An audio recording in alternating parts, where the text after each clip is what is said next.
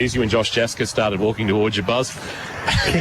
Radio is an audio platform. People cannot see that. Unless they're watching the AFL Facebook live stream. Sorry, there's thousands watching that, so of course they'll be able to see. Let's hope we can keep up with the time and the score today, Buzz. Yes. Just spying out there. Actually, I didn't spy on my list coming into this contest. There's a McMahon out there that's not Harry or Damien. I actually see Dylan out there. Mm-hmm. He's out there.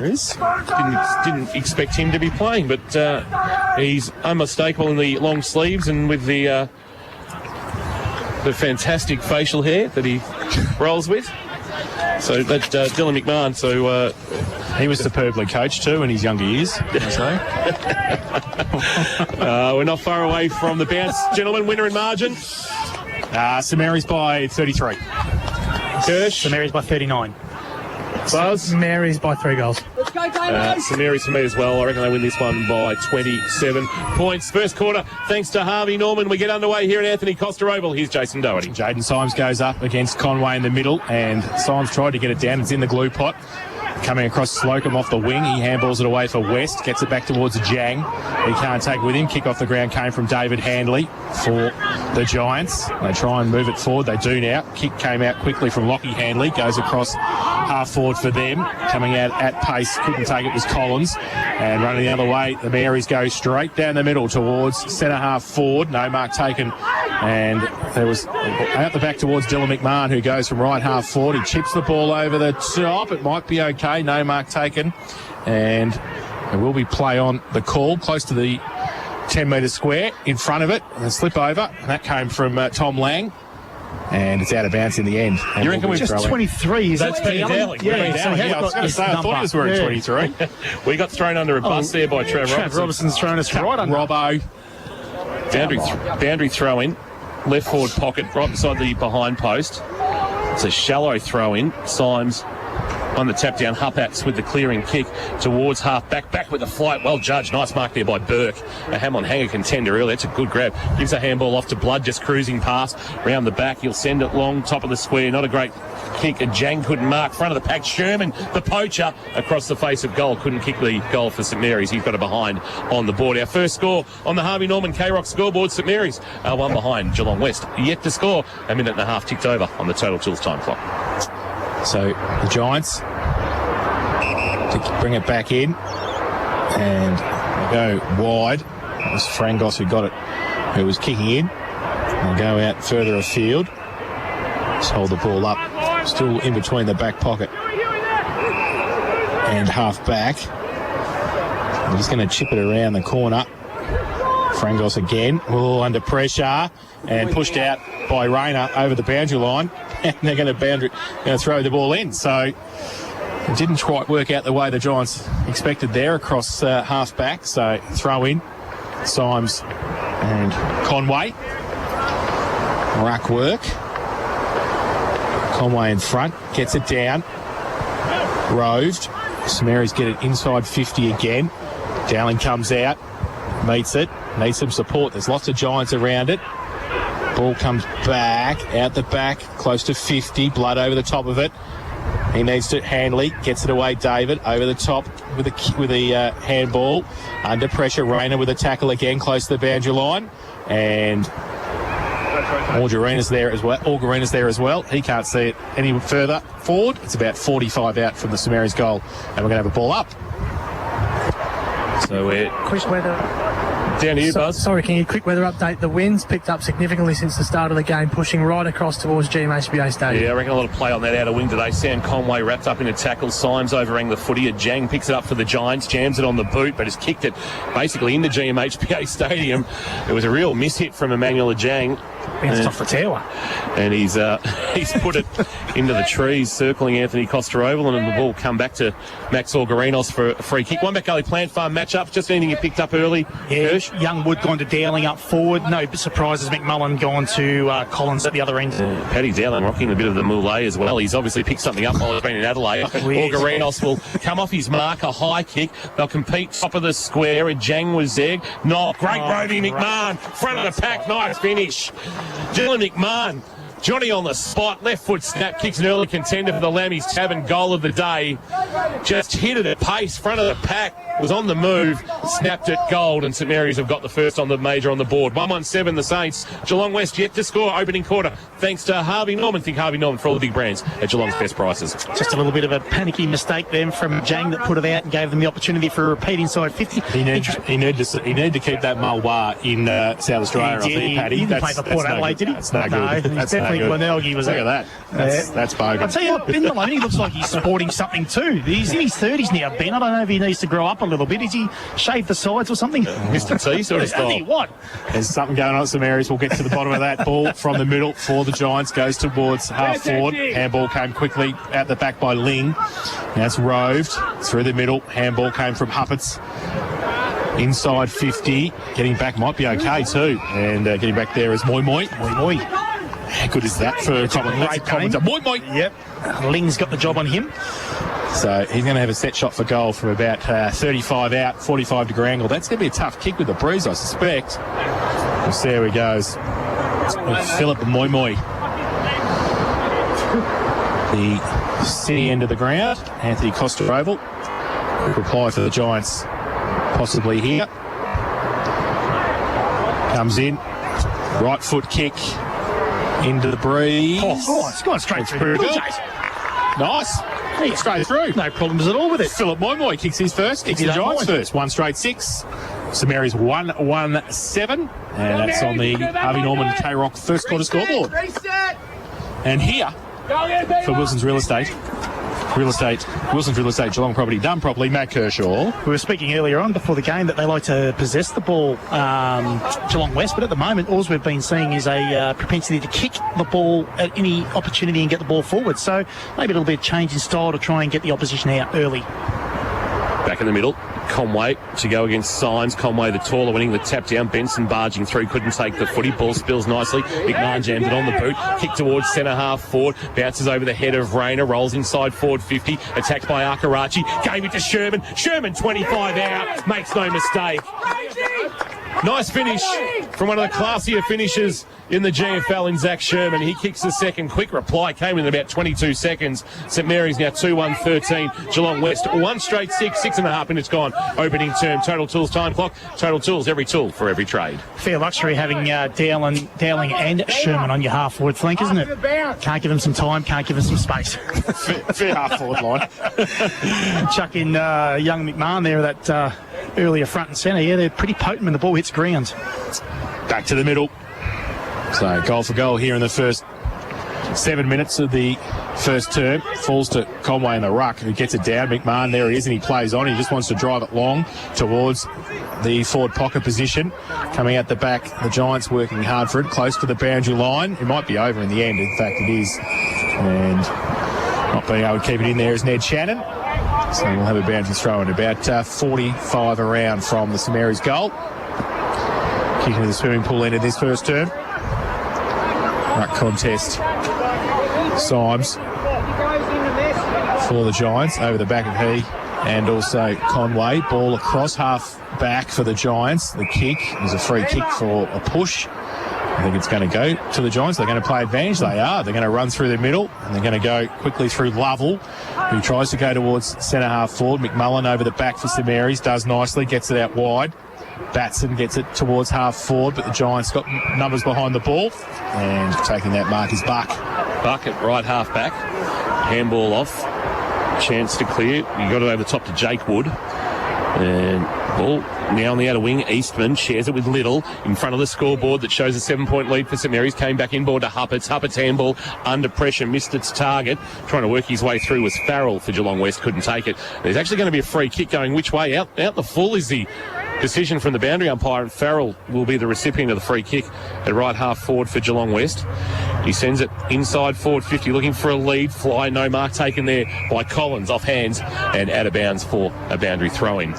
St Mary's by 7 in this opening term, thanks to Harvey Norman. Think Harvey Norman for all the big brands at Geelong's best prices. And another boundary throw-in as the Geelong Flyer works its way past the Geelong cricket ground.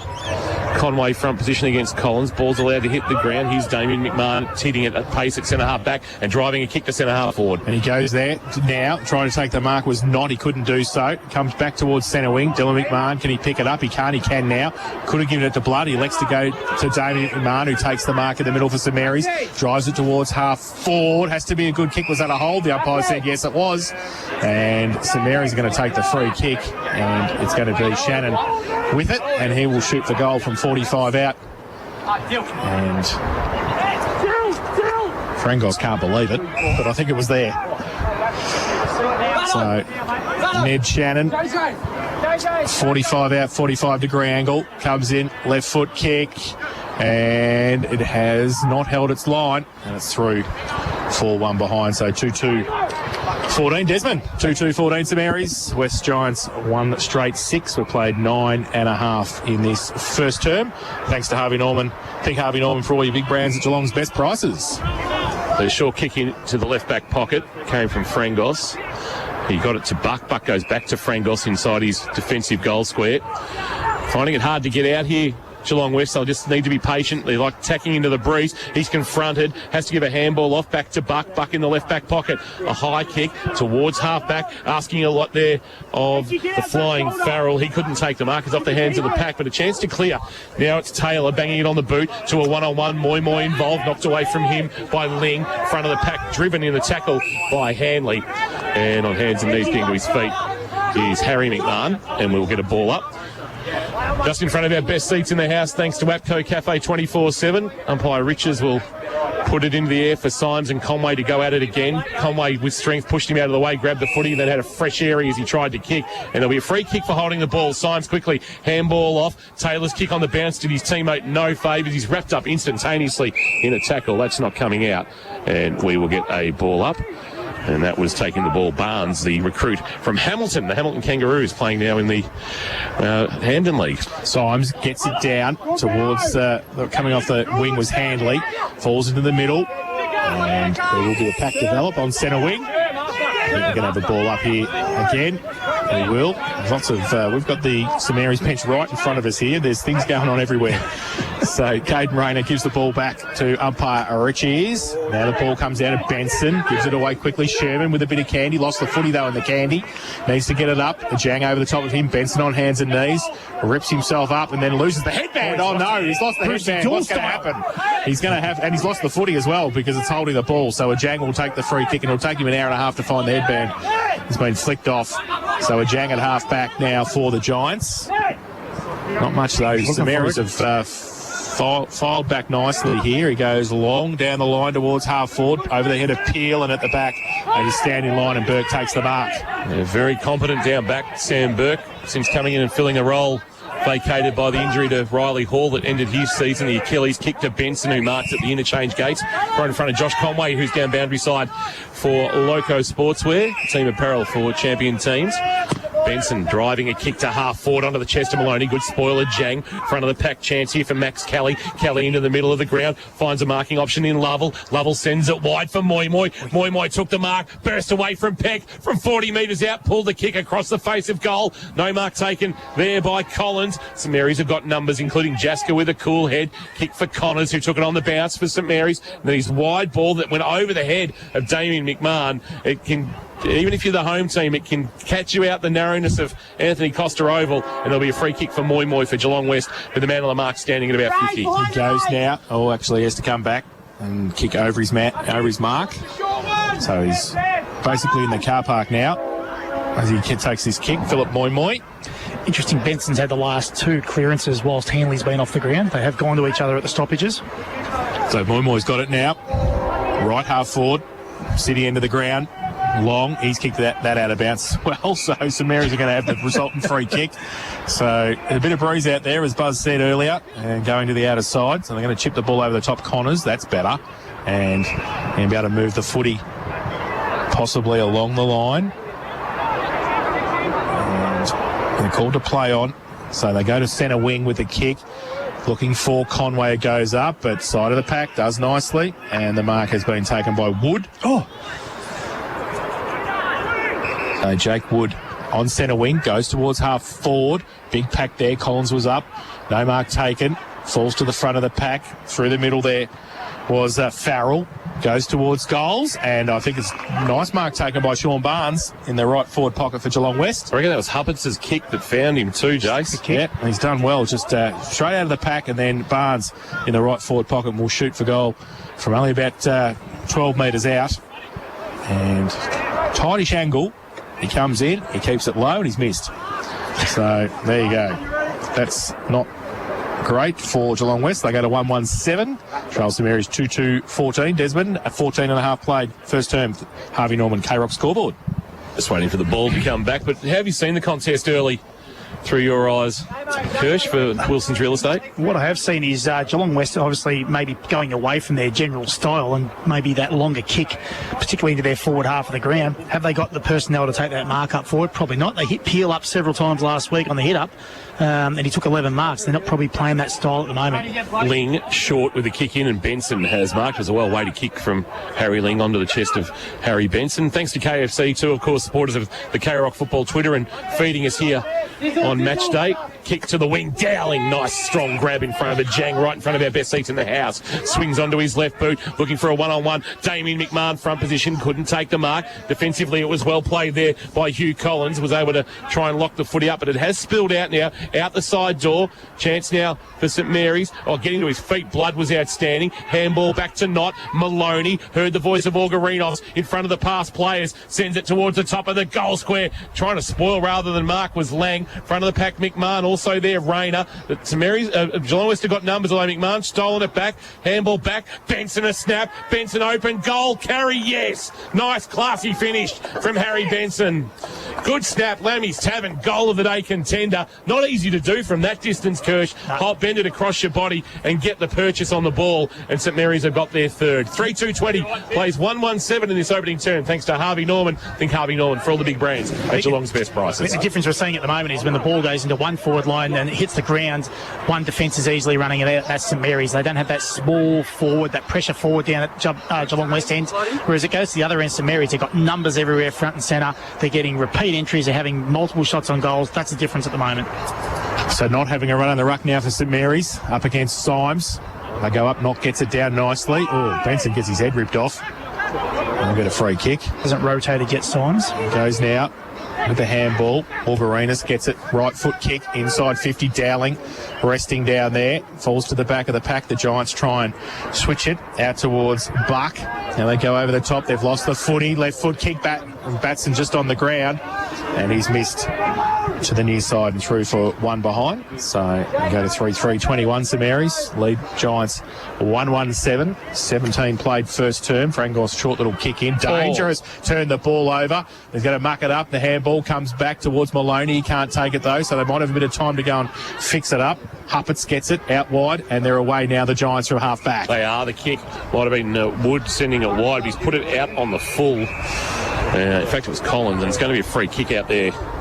It's a third already. Harry McMahon short to Orgarinos. Orgarinos back to Harry McMahon, cruising past. He shares it by hand to Ling. Ling drives a kick inside forward 50. Front position flying and marking Dowling. Oh, although the ankle as he came down, just a little maybe stinger, as he might have just got a little bit of a jar on it. He should be okay. It is his left, which he kicks with. So we'll keep an eye on that for St John of God. Buzz, hopefully nothing too serious, but Paddy Dowling is having an impact on his return from Glenelg and the Sandford for St Mary's. He'll have a shot at the Saints' fourth and a 20-point lead. And we're not even into time on in the opening term. He'll kick from about 35, started at left, and that is where it stayed, through for a behind. And that is for Paddy Dowling. His first score back in the Navy blue and green. 3-4-22 St Mary's, Geelong West 1-1-7 opening term on the Total Tools time clock, just ticking over 18 minutes. Frangos from fullback plays on, goes to the outer side, long kick towards centre wing, long and wide. That's the They're going to have to work that out. Yeah. The wind is going that side, boys. I think you might have to bring it in a little bit, and it's out of bounds on the full. No, it's just bounced inside the field of play, Jace. Oh, has it? Oh. Yep. Oh, he's very lucky. Trent McMahon's trying to get the footy for the umpire, so just inside. So will be a boundary throw in. So a better result. Kirsch, than what it could have been. Sorry, mate. Sorry, Jace. Kirsch just mentioned Jaden Signs before. He's come off for his first spell at Jang, as you can see in this contest, has taken his spot. Just Buzz keeping that up to date on the boundary line. Now the ball turns over for St Mary's. McMullen takes it, goes along the line, and they just settle play down. Now Algarinos turns and wheels and goes towards centre half forward over the back of the pack. No mark taken. Handball with Arkarachi gets it around. They go back towards the top of the 50, but they've turned it over again, and West will be able to take it through Huppets. Been omnipresent. Lockie Huppets had a good year on the TAC stats tracker. Very talented player. Kick inside, defensive 50, a high ball to the wing, but they're queuing up, and Peck on debut takes a nice mark. Lockie Peck, son of Paul, former Saint star. Kick towards the top of the 50, Lang front position, spoiled from behind by Bannister. Hands and knees front of the pack, might have been Rayner trying to flick a handball up. It's going to fall now for Taylor of Geelong West. His kick, though, that was intended for Farrell, didn't end up with resolving how West wanted to, and Ling's got the loose ball. But good hands here. Peel got involved. Frangos, Little, picked it up, handball on, quick, good flick on, and the ball taken now by Taylor, who kicks it forward inside 50, and Moi Moi has taken the mark.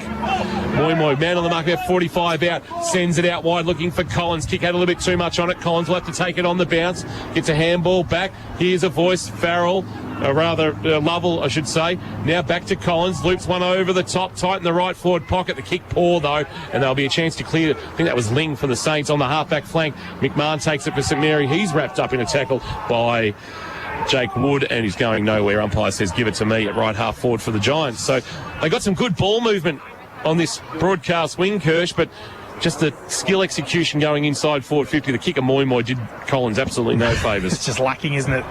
Just that polish at the end. Ball up half forward for the Giants. High kick back into the breeze, inside 50, and over the head of Eastman there. Close to the boundary line, rolls out, and it will be a boundary throw in. So 20 and a half played, total tools. The first term, 3-4-22 St Mary's. Giants 1-1-7, boundary throw in for Conway and the Jang. Conway goes up, double fister, gets it down to the front. Eastman handballs it back, off a step, Little around the corner, in front. Peel couldn't take the mark. Numbers with St Mary's. The ball's chopped off though. Jasker has to work hard now and holds it up.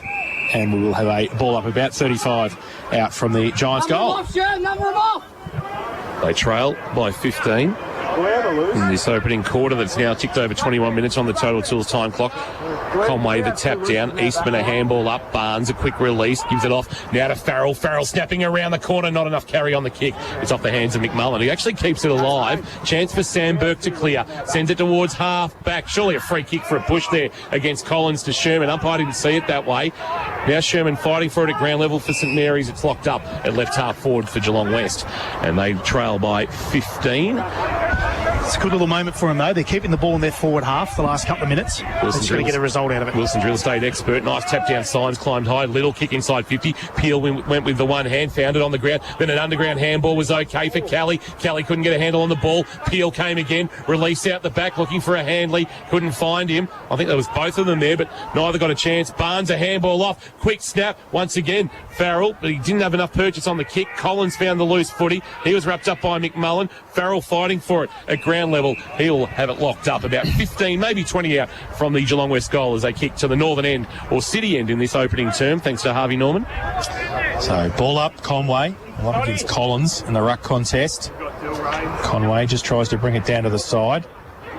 Ball still there, Blood. Conway over the top of it as well. Ball still there. He can't get it out. And it's a free kick from the trailing umpire to St Mary's. I didn't see what that was for. Yeah, Algarinos was being held. Okay, so holding. So Algarinos will take the free kick.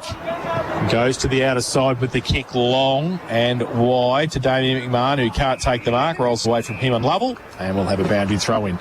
So 23 minutes played first term. St Mary's 3-4-22. And Giants 1-1-7. Harvey Norman K-Rock scoreboard.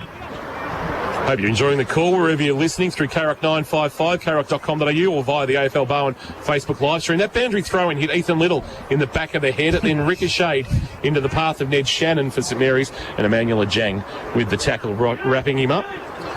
Just forward of the wing, ball into the air. Conway tapped down. Arkarachi there for St Mary's, couldn't take it. Ball will roll past Jang and also Ned Shannon and go out of bounds. So they've been able to just hold firm for the moment, Kirsch. That's what they're doing, yeah. Like we said, they've had that little period here where they've got it in their forward half, but they just can't seem to generate a shot on goal at least. Symes back in the ruck contest, gets it down.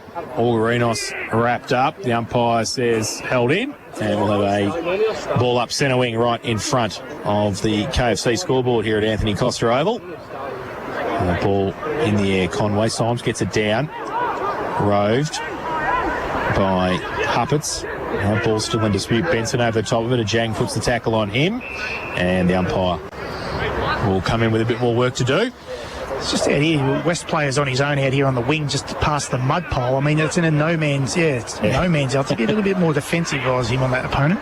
So the ball spills free. Lovell goes back with it. Maloney runs over the top of it as well. Little's handball, missed the target. Lovell was close to the boundary line and runs out of room on the centre wing on the outer side. And we will have another ball up. Symes to go with Conway again. A bit of a stoppage first. Hasn't it? Ball back into play. Almost true centre wing. Grabbed out of the ruck by Conway. Wrapped up by Symes. Ball spilled for Little for West. In a 1-2 with Eastman. But Little was pushed off his kick. Just rolled towards Kelly. And Max Kelly will get a free kick. The Giants most improved in 2019. Max Kelly will take it. I'd love to find another one before quarter time here. The Giants. And pull that margin back to single figures. Kelly driving it wide, looking out there for a fly from Huppets over the top. Might have given away a free kick against Harry McMahon, I suspect. It was a fairly indiscriminate attempt to mark. Harry McMahon inboard to Damien McMahon. McMahon wants to bring it broadcast side. He's got Rayner short, instead decides to go to centre half back with a well-weighted ball to Benson. Benson's got McMahon cruising by if he wants to use him again, but decides to drive a kick towards half forward, looking for not to fly. Dowling there as well. Out the back, it's Bradley Wood with the footy for Westies. Short kick. Symes should get a free kick for a push against Akarachi there, and he will. Jaden Symes, the former Bellpost Hill star, who of course found himself in the Vic Country squad 2 or 3 years back after a couple of very handy interleague performances. He kicks to the wing for Peel, who finally gets some free space. So Peel on centre wing. First hit up mark. It's like the old days of the GDFL here. Inverleague, Bellpost Hill. Gives it back to Frangos, who plays on. He chips the ball to Symes. You got Bannister from Belmont. Bannister from Belmont. I know, it's back to the glory days. Where's Grubby when you need him? Goes towards half back, over the back, and they get it away. Peck gets it away, and towards Rayner, close to the boundary line. Couldn't take the mark, needed some help. Hanley, handball, up, Peel, got it away quickly. Slocum, little toe poke around the corner, working in the phone box. Kelly can't take it. Now it falls to Rayner. He's got it. He drops the footy. The umpire just calls play on. Benson over the top of it. Somehow tries to get out of the pack. The umpire says it's mine now. And he'll have a ball up. So 26 and a half played first term, 15 points of difference. St Mary's in the advantage, 3-4-22 to 1-1-7. Conway uncontested will win the tap down to Blood. Blood went straight into a tackle, ball spilled for Rayner. Handball off, clearing kick came towards half forward. Might have been Benson. Bannister was there for, I nearly said the Belmont Lions, but he's playing for Geelong West now. You've thrown me under a bus, Jace. And he laid a good tackle on Dill McMahon and held things up at right half forward for St Mary's, or just forward of the wing, in fact, favouring St Mary's. Tapped down by Conway into space, rolling ball towards the boundary line, trying to track it but not taking it cleanly was Lovell, and it's out of bounds for another stoppage, a boundary throw in. Good crowd, past Players Day here, and they are packed in front of the Don Matheson Pavilion. I know they got the call on K-Rock in there. Boundary throw in. Conway down front of the pack of Jang for West, the roving to Hanley. Hanley off to a runner cruising by. Chance now to clear for Lovell rather. Lovell to centre half forward. Jasker had it spoiled by Peel. Great roving Connors. Sherman's handball release at a task for Burke, and he was equal to it through one tackle and then a handball back to Sherman. Sherman heard the voice of Jasker. Hot potato to Connors. Connors a neat little kick for McMahon. Just got there in the end. He took it on the bounce after Slocum provided a spoil. Ling, handball off. Harry McMahon went to ground and ran straight into the tackle of Moi Moi. Ball will come out and will now go back under the pack, and he's going to be a free kick. No, umpire says give it to me. I'll ball it up just forward of the wing out of side. Last man up was Farrell for Geelong West. How was the speed wobbles there? It was like a greyhound shifting from under him. Yeah. So ball up, Conway gets it to the side, does his own roving work. So Alan Woodman style goes up over the back. You remember him? You remember him, Kirsch. Yes. Goes to the back now, and they go St Mary's forward. Inside 50. It's a 2-on-1. Bannister gets back there in front, needs some support, does nicely. Handball was chopped off. Under pressure, they come in. And is that a free? It's going low, said the umpire. So there will be a free kick to Geelong West. They're going to get out of trouble momentarily. They go short. It's okay. And the mark's been taken by Brad Wood. He goes along the line. And Taylor, under pressure from Lang, close to the boundary line. And in fact, the boundary umpire said it was out before Sandberg could keep it in. It's going to be a boundary throw-in right half forward St Mary's into attack. 29 minutes played, first term. Can't be far away from siren, just the 4 goals kicked in this opening term. Total Tools time clock. Total Tools, every tool for every trade. Tapped down by Conway, front of the pack. Maloney gave it to Benson, wanted to come back onto his left boot. Instead, as he fell to ground, fired a handball away. Little taking a big Dylan McMahon tackle, wraps him up and rolls him over the boundary line. And we'll get a boundary throw in the right forward pocket in front of the St Mary's faithful who have rolled out this afternoon on Past Players Day. I think a premiership from 1961 being celebrated, 60th anniversary.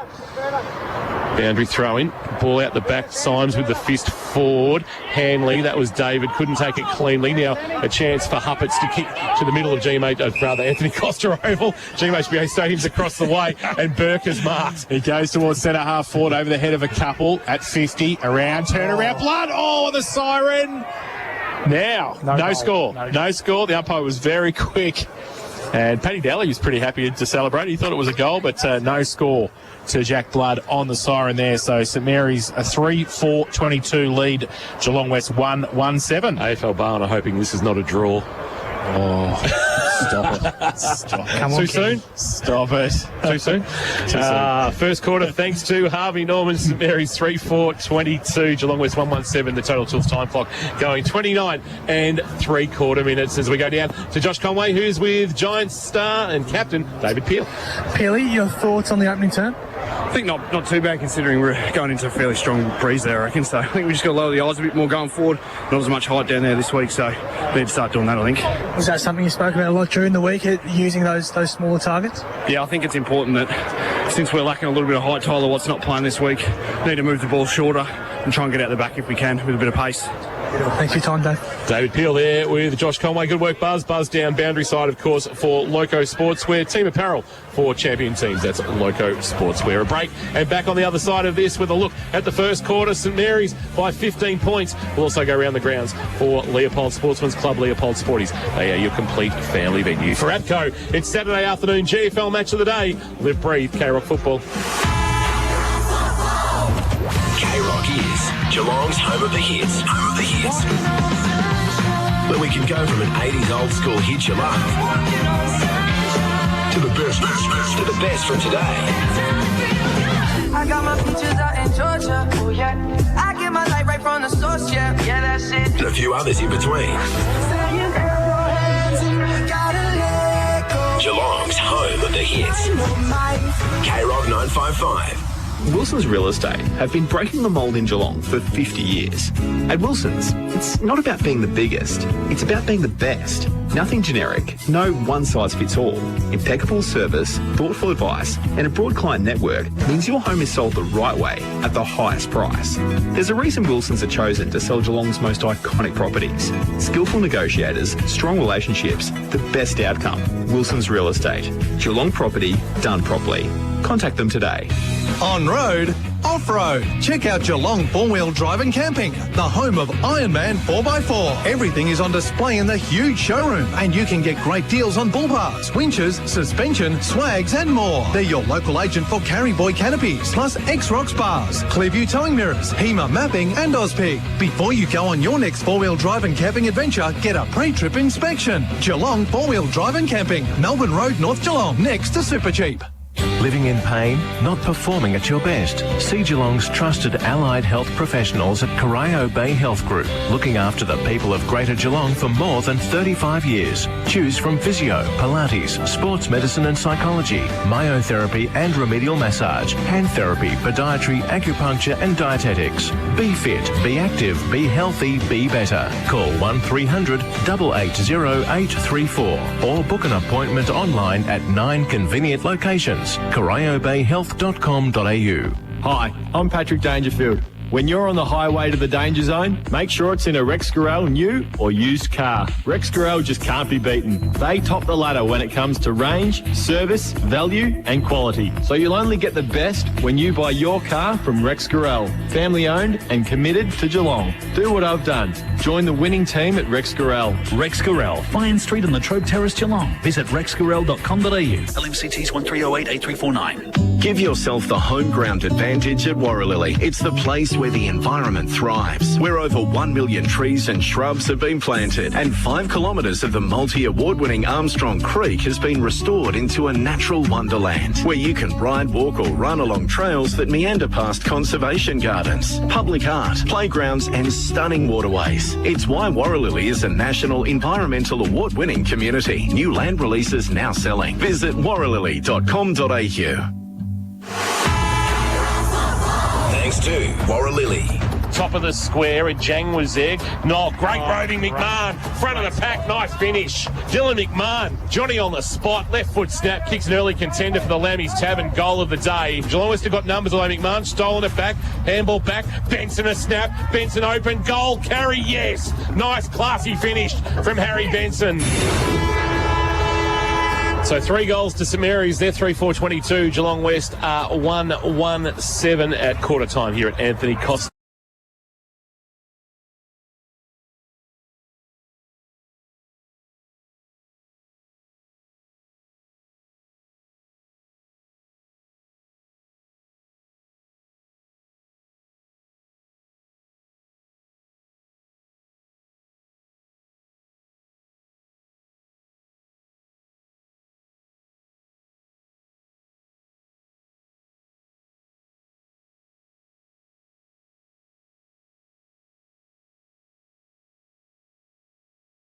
Overly threatening. They stemmed a bit of flow of the ball from St Mary's. Look, St Mary's look very dangerous when they go forward. They probably should have got a little bit more scoreboard pressure for their forward entries. So whether that's good defending by West or St Mary's not taking enough of their opportunities. But I think Geelong West need to sort of get a bit fluency with their ball movement. And Pearley mentioned at the quarter-time break, they've got to lower their eyes a bit more. They're just bombing into their forward half and no one's really there to take a mark. They're missing that small crumbing forward. So if they can change their game up a little bit, hit up their targets, maintain possession, and they might get a few more scoring opportunities this quarter. But I just feel when the ball's going in St Mary's half, they're just going to maybe break it open a little bit this quarter. We go down to Josh Conway, who's boundary side for Loco Sportswear. Buzz, you had a little bit of a listen to Travis Robertson? Yeah, from what I could hear, Kingy, he was keeping it nice and low key, but he was just talking about what we were talking about actually during the call about trying to use that far side of the ground a bit better with the wind pulling the ball over to there. As though he wasn't wrapped with some of their structural things. He said they were getting beaten in a few areas that they would rather not be, but he wasn't going off by any stretch, but there were certainly a few things that he wanted to improve on in this second term. Thank you for that, Buzz. Good work by you, boundary side. VFLW Geelong 4 behinds, lost to Collingwood 3-5-23. The Cats now are relying on Port Melbourne losing tomorrow to avoid going into an elimination final next week and finishing and playing Collingwood again in a qualifying next week. Other GFL scores, nothing from Colac and Grovedale. Bell Park 10, Lara 8, Newtown and Chilwell 36 and Albans yet to score. Leopold 12, South Barwon 7, North Shore and St Joey's we don't have a score from. GDFL, Jace? East Geelong 8, Werribee 6, Inverleigh 15, North Geelong 3, Bellpost Hill 47,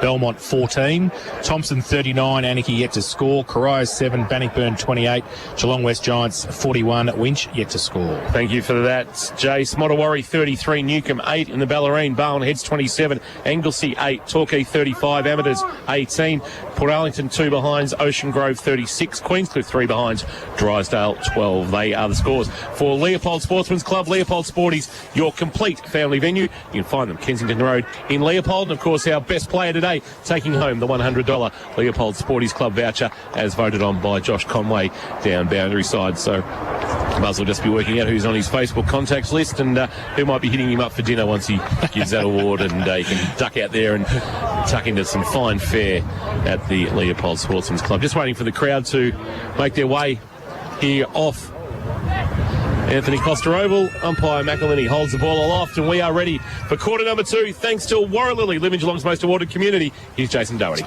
Conway goes up early. Symes gets it down in the middle. Maloney handballs to McMahon, who comes off the centre wing. That was Damien. Goes towards centre half forward. Good mark running back with the flight of the footy was Buck. And he switches the play short. And they play on quickly and go. Lockie Handley goes out wide. It's okay. They hold the ball up. Collins takes it. And he goes shorter again. Under pressure. Mark taken. And they move the ball pretty quickly. That came from Taylor. But he's turned the ball over on centre wing. And St Mary's have got the footy. They go, Blood goes in. He's turned the ball over too by the looks of it. Ball still in dispute. It comes out towards Dylan McMahon. Now it comes back and chain of handballs for the Giants. They get it on the outside. Comes from Huppets. Goes towards centre wing. Conway comes over the top. In fact, it was Burke who came over the top with Jasker. And they see it over the boundary line for a throw in. Centre wing on the outer side. On McCully Plan Farm, we'll keep an eye on some matchups. And that Geelong Insurance Brokers head-to-head. You might be liking that Benson-Handley matchup at the moment. Yeah, they're certainly going to each other a fair few times, and I reckon Benson's got the edge at the moment. Conway won the tap down. Maloney on hands and knees. A handball up to Benson. Drives a kick past the outer side scoreboard. Dylan McMahon knocked it away. Might have come off the head there. Falcon. Lockie Handley. He completely ate that, King. Went straight to his hand. Now, we're hearing an ambulance has been called at Colac for a broken ankle for a Colac player. Our insiders down at Colac are telling us it is in the ones, and we're just waiting to find out who that player might be. But there is a big delay, we're being told, down there at Colac and Grovedale. Maloney hit the ball hard after the boundary throw and was wrapped up by Huppets. Handball out by David Handley. A Jang back to Symes. Eastman, handball off. Clearing kick from Taylor, who sends it towards half forward. He goes up there now, but Jasker gets across there, reads the play better, takes the mark at half back. Just holds the play up. He wants to come backwards. It's okay. And just settle the play down. Short little kick. Came inboard. Harry McMahon takes it. Plays on now. He wants to switch the play to the opposite back pocket of Nick Connors, who takes the mark. Connors just settles down. He chips it back towards the goal square. So just running across the backs of Mary's now. The Giants have set up pretty well in front of the footy. Where are they going? They're going left, they're going right, they're going short into the back pocket. Damien McMahon takes it. He plays on. He wants to switch it to the outer side. He takes a bounce, runs away through the goal square, chips it over the top. They might be out now. Jasker takes it, comes inside with a handball, just floats it up there. Now Damien McMahon runs through, followed up. Now he wants to switch towards Dowling, and over the back coming at Lang. He can't take the mark. He was waiting for McMahon to come at it. Then he went underneath, and he'll give away the free kick. He will, and they'll take advantage. Jang gave it up to Lockie Handley. Lockie Handley with a driving kick that'll fade across the front of the goals and hit the behind post on the bounce, and a boundary throw-in. So not a bad result. Didn't kick the goal, but we'll get a stoppage inside the left forward pocket in front of the old Geelong Pass players. Shed, grandstand, whatever you want to call it, that has been relocated at the swimming pool end of the ground and provides a good vantage point for footy's good little crowd. There might be 50 or 60 people enjoying the footy there. Conway front position for St Mary's, won the palm down. Connors a slick handball to McMullen. McMullen gave it to Benson. Benson on the right boot, rolls it outside defensive 50, went through the hands of Dylan McMahon, but Augurinos was there to help him out. His handball missed Rayner. Taylor gives it off by hand to Buck. Buck gives it to Eastman. Eastman 52 out from goal. His kick not ideally. Wanted Farrell inside forward 50. He missed him, and Harry McMahon has marked for the Saints, and he'll get to centre half back and find his skipper in Blood. Blood takes it, handballs it away quickly. Nick Connors runs through the middle of the Anthony Costa Oval, goes out wide. Arkarachi goes back. Oh, good mark. Under pressure. He takes it right half forward, wants to move it quickly inside 50. No mark. Lang tapped away at the back by Jake Wood. Lang tried to get it away by hand. Umpire said holding the ball, and it will be a free kick. And Jake Wood will take it for the Giants. He wants to switch the play back. They just hold the ball up, and getting it was Buck. Back to the goal square, Bannister. He chips the ball further. Lovell takes it. So they've moved from one back pocket to the other. City end of the ground. He's going to go back across the ground.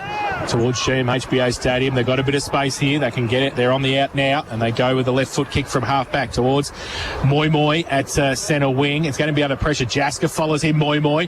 He handballs it to himself. Gets it up now. Gets around a couple. Handball back inboard. Hupperts had to sit and wait for it. Right foot kick. High. Open goal square. And he has missed. Oof.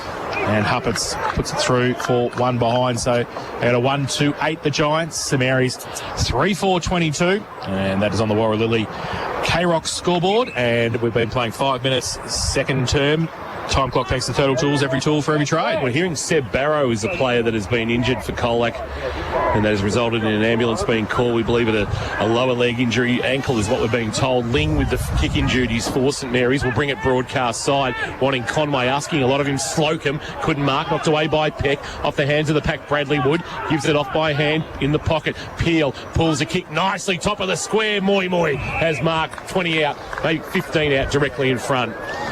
So good contest. I reckon Slocum was good there. He was never going to mark it with Conway in the pack, but he was able to force a spillage. The ball ends up with Peel, and he pulled a nice kick. Terrific kick, wasn't it? Moimoy's the only one who looks really dangerous once they get that ball in really quickly. But that was much better delivery by Peel, because he's the one who mentioned it at quarter time, of course, that they need to lower their eyes going to their forward line. He probably had a bit of a right to blaze away from maybe 45 there, but very clever. That's a bit of experience as well. From Robinvale Euston in the Sunraysia League, Werribee listed. Moi kicks on goal. He pulled it to the left, and he's pulled it too far to the left, and it's behind, and that is a wasted opportunity there for the Giants, who are now 1-3-9, I should say. St Mary's are 3-4-22, 6.5 minutes gone in this second quarter on the Total Tools time clock. Total Tools, every tool for every trade. He tried to suck the goal umpire in too, didn't he? Yeah, but that's the last two shots from West there, that 40 metres out. They're the ones who've got to kick, put a bit of scoreboard pressure back on St Mary's. So, Ling plays on from full back, goes wide, looking for Dowling back on the ground. McMullen in front, can't take the mark, got one high, got a chop, the umpire said. So Trent McMullen will take it at half back for the home side. Got Arkarachi waiting for him. He's going to Collins in front, takes the mark. Holding it up, wants to switch the plate, chips the ball short. No 15, said the umpire. David Hanley off a step, right foot, inside 50. Oh, two St Mary's players go up, and they falls to Kelly in the end. Kelly turns around and has missed. Oh, they're peppering here, the Giants. Max Kelly puts it behind on the board, so they're 1-4-10. St Mary's 3-4-22, 7.5 played in this second term. Well, Ling has shown a tendency to want to bring it broadcast side from his kick-ins so far this quarter, and this is where he'll come once again. He'll send it wide, looking for McMullen to fly. Couldn't really get a run at the footy, but he might have had a juggle on the footy and been paid the mark. He wasn't paid. Handball release, Sherman. Got it back on the bounce to Damien McMahon, who just had to tap it away under pressure. Taylor there. Hanley. That was Lockie. Gave it to Little. Little pulled the kick. Top of the square. Moi again. Couldn't complete the mark. He'll find it on the ground, Willie. Did he cop one high? Umpire said no. And he dives on the ball. Umpire says, give it to me. About 25. Make it 30 out from the West goal as they attack the swimming pool end in this second quarter. Thanks to Warralilly, living Geelong's most awarded community. Find out how at warralilly.com.au. Ball up. Conway tried to take it out of the ruck contest and get it down. Now that St Mary's working hard. Orgarinos near there as well. Ball spills free. Kelly gets it back. They move back to Moi off a step around the corner. I think he's kicked that. That's better. He doesn't need it in front. He needs it around the corner. Philip Moi kicks his second of the hour. It might be Little, I think. Is it Little, is it? Yep. Is it? It is too. It is. It's Ethan Little. That was well played there. They chained it really well to get that shot on. Yeah, they did. So Ethan Little puts his first on the board and the second. They've worked hard there, the Giants, to get that second goal. 2-4-16. St Mary's 3-4-22. And that is 9 minutes played second term. And here for Wilson's Real Estate is Matt Kershaw. You just felt they needed to kick a goal, didn't you, in those last couple of plays? Because how many times do you see in football the ball go up the other end, the opposition score, and it's very deflating. So a little bit of reward for pressure and persistency there to keep the ball in their forward 50. Umpire tosses it into the air. Conway and Symes. Symes climbed high, won the tap down. David Hanley head over the footy. Handball underground to Symes. Symes has got a runner. Oh, bang! Dylan McMahon. Big tackle was a little bit high. Jeez, he wrapped Collins up. Hugh Collins. Handball off.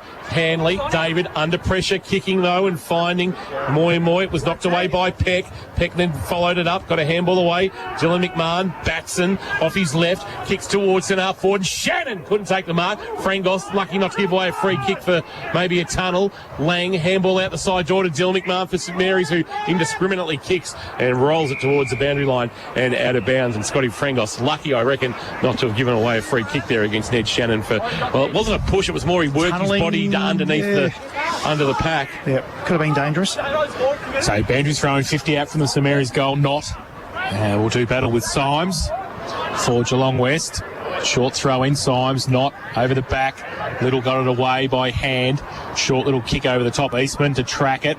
He can't pick it up first attempt. Second attempt he can, but he's out of bounds. And we'll have a boundary throw in. Buzz, I know we said earlier on the breeze was going across the ground, but is it favouring towards the swimming pool end? Yeah, it's probably just slightly turned, if anything, towards that swimming pool, and it's still pushing across the ground a little bit, Kirsch, but certainly favouring that end of the ground some more. So the ball from the ruck contest, Symes held it in. They held it in there in the end, and it will be another ball up, point of the centre square at half forward for St Mary's. So ruck contest, Knott took it out of the ruck, and then his handball didn't hit a target. Shannon wrapped up, high tackle, said the umpire. Little giving that away, so Shannon plays on quickly. Goes a left foot kick inside towards Lang. Got a hand to it. Slocum came back to help out. Going to be under pressure. Lost the footy. Dowling put the pressure on. Lang left foot kick in towards the full forward position. Conway can't take it, and Bannister thought about taking it through. He elects though to take it out wide, and Ajang takes the mark. He did very well there, Bannister. Now Ajang inside defensive 50, needs to hit a target on the way out. Went through the hands of a teammate. He's going to end up with St Mary's. Benson kick inside 50, and strong jukes shown by Paddy Dowling, who then gets up and gets into the face of Jake Wood. And Paddy Dowling, Jake might have said something about the hairstyle that Paddy Dowling's brought back with him from Adelaide. We'll be talking to Robbo about that later. I'll tell you there's something's going on here. Well, I reckon we might be talking to Paddy Dowling post-game. I reckon that might be where Buzz is heading about his return to the Saints. Because he's brought back some bogan attributes here for some of these blokes. I see Ben Maloney's running around with one too. That's what I said. What's going on? We'll play game number 50 next week against St Albans. Dowling drives the kick and has maybe just pulled it to the right. No, got it in. Just snuck it in at the right hand upright, and they are all over Paddy Dowling on his return to Anthony Costa Oval. They have come from everywhere, 9, 10, 11, 12, and now we've got a little bit of push and shove. Jang and Little involved. Players now break themselves up, but Paddy Dowling, well, I reckon they're glad to see him back here in a St Mary's jump up, and they're back out by 12 points. So they've worn some punches in the first half of this opening second quarter, I should say, Kirsch. It's gone 12 and a half minutes on the Total Tools time clock, and then get one back against the flow of play. Oh, a bit of class by Benson just to, ease things up, lower his eyes and hit up Dowling. I mean, Dowling kicked the ball 50, 55 metres easily, so very clever play. Back to the middle, Huppert's got it away. Coming off half back there was Buck, goes wide for Geelong West, and they can't pick it up at the first attempt. Now they do. The handball came back quickly from Barnes. They run through traffic on centre wing. They might be able to break free, do they? The handball comes back to Buck and then through Ajang. Right in the middle, short little kick was okay. And Lockie Handley takes it. He goes up towards half forward, sets a task. Jasker on hands and knees. Ball comes out quickly.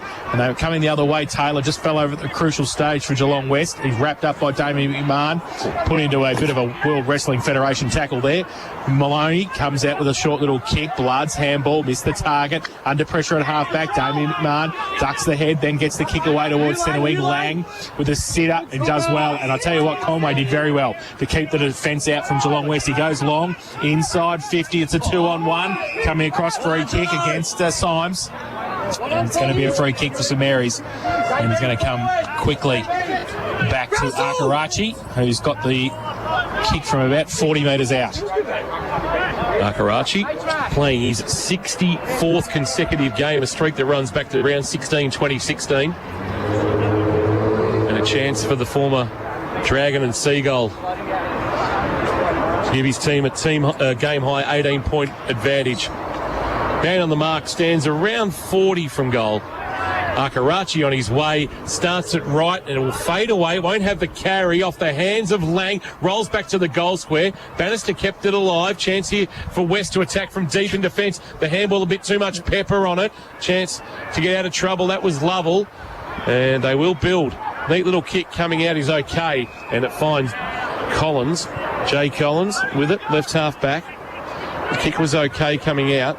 Collins will drive it long towards half forward, carries nicely on the breeze, but Ling with a spoil to knock it away from Peel, and we'll get a boundary thrown left half forward for Geelong West. There, 2-4-16, St Mary's, a 4-4-28 in the second quarter, thanks to Warralilly, living Geelong's most awarded community. Want to find out how? Check out warralilly.com.au. So I pressed pretty high then, Jace. Collins needed the kick to Collins then, didn't he? He did. Symes in the ruck contest against Not in front, gets it down. Maloney had it, lost it. Ajang, he ran past it as well, needs to go back and get it. Orgarinos in there, gets a handball away, and they move forward. Now Benson goes out wide, Blood close to the boundary line, and in fact ran out of room. The boundary umpire right there, and he'll come back and do some work across on centre wing. Jace, just to watch on Ben Maloney, he's still out there as you can see, but tweaked a left ankle just an earlier contest, was holding around. I think he's going to try and run it off, but certainly not covering the ground as he usually might. Thanks, Buzz. Injury update there for St John of God. Your emergency specialist now open 24/7, so we'll keep an eye on Ben Maloney. Boundary throw in again, and Knott gets it down to the side of the pack. Orgarinos gets the kick towards half forward. They overrun at the West defence, and they give a bit of space now. Blood kick inside towards Dowling. Got the sit over the back. Read it the better. He's better on it like that. Left foot outside of the left foot, and he's missed it. And through for one behind to party time. So 1 goal, 2 for Patrick Dowling, and they go to 4-5-29. St Mary's 2-4-16 West, and it is on the Warralilly K-Rock second quarter scoreboard. Lockie Hanley runs into the left back pocket, buys his 15 metres and drives a long kick, looking for a Jang, had to play spoiler on Connors, brought another 15 metres for his team with that spoil, and they've almost got it to true centre wing on the outer side of Anthony Costa Oval. Never looked like kicking on his right then, did he, Dowling? Nah, never. Not interested. I'll destroy a banana from 40 or a snap. It would have made Harvey Norman highlights. Oh, would it? What? If he had gone with a banana and kicked successfully. Put some excitement into the box. Would it have been as good as Daniel Green's last week, though? Probably not. Chance now for the Saints at the back of the pack. Orgarinos kick floater onto the chest of Dylan McMahon. Dylan McMahon's left foot kick inside 50s. Well read by Hugh Collins getting back. Collins then comes laterally to Lockie Taylor. Taylor playing his 6th game at GFL senior level this afternoon in the long sleeves for Geelong West. He goes across the face of his defensive goal. They'll look to build from inside the left back pocket. Here now again is Lockie Hanley on that familiar left boot, sending it to the outer wing. Now he must have been dealt with after he kicked. I don't know what Dowling was doing there. He just gives West a chance further up the ground, and the ball in the hands. Might be Slocum with the footy. Slocum kicks towards half forward. Moy from 3 deep, brought it to ground. At the bottom of the pack, St Mary's have got numbers trying to work it out a half back. Orgarinos was in there. But still among a pack of about 4. Here's Hupperts. Handball up. Kelly might have been dumped in that tackle, and we will get a ball up in the left forward pocket. In fact, at the bottom of all that, pick up is David Hanley, and we'll get a ball about 45 out from the West goal. They're in attack to the swimming pool end. Jang goes up early, Knott gets it down, comes back towards a Jang. Handball, shuffled out, over the back by Jasker, over his head, the handball in the end. And dangerous kick across goal. Will it sit for Batson? It does. Oh, he's handballed. He handballed it to himself. He threw it in the air and it came back to him. He's doing party tricks at half back. Batson, Lang over the top. He can't take it. And Collins as well. And that's going to make the highlights reel. Don't worry. He's handballed it to himself. Yeah, beautiful. He's doing pirouettes in the middle of the air at the same time. So the old TAC stats tracker getting a bit of a padding there. Too early for the tricks, I think. Bears throw in. Comes towards... well, here he is again. Batson this time he decides to kick it. Goes towards centre half forward, but getting back there is Bannister by himself. And he just switched. There's something going on in front, so Kirsch will keep an eye on that. So will Buzz. Then a ball Lovell, handball for Geelong West. Over the top of Jang, who sets Hanley a task. He has to be pretty good there. He needs some support coming in. And St Mary's hold it up in the end. The umpire will come in and ball up just forward to the centre circle. And it will be Sam Conway, who gets up the big ruckman and hand the ball back to the umpire for a ruck contest. Surprising scuffle, that one with Ben Maloney in it. Nothing happened. Umpire throws it up just inside the centre square. Favours West. It's allowed to hit the ground. It's grabbed by Conway. Tried to barge his way through on a Jang tackle. Barnes, handball released to Hupperts for Geelong West. Kick inside forward 50. Bouncing ball eluded Collins. Clearing kick from McMullen was dumped as he kicked, and it just missed its target in Rayner. And it goes out of bounds. And now there's a bit of a Tate going on in front of the old Geelong Pass players stand. I feel over it. A couple of little spot fires. Keep an eye on those Kirsch for Wilson's Real Estate. Geelong property done properly. As we get a boundary throw-in right where the 50 meets the boundary line. Left half forward. Conway from position one, the double palm down. A Jang trying to burst his way through. A Conway tackle is going nowhere. And we'll get another stoppage. As we tick towards time on in this second term, Total Tools time clock is at almost 20 minutes. And it's St Mary's with a 13-point buffer on the K-Rock Warralilly scoreboard. Ball up. Jang. Neither ruckman really go and get the footy. Now pack develops where the ruck contest was. And umpire Rich Ayres is going to have to come in and do some more work there at the point of the centre square at left half forward for the Giants. Just getting word that Seb Barrow is now safely in an ambulance, and after a 40-minute delay, play is about to resume between Colac and Grovedale. So that will the new lights down there will come into effect. Oh, it'll be in -2 by the time they finish. Now the ball back into the middle for St Mary's. Benson tracks the footy, keeps it in front of him, and gets bashed back towards the footy. Now a Jang, he gets lost in the tackle as well. The umpire said holding the ball. So Benson gets it back. His handball missed Shannon. He's going to be under pressure as well. Rides the bump. Oh, he runs in straight into another tackle from Jake Wood. And the umpire says yes.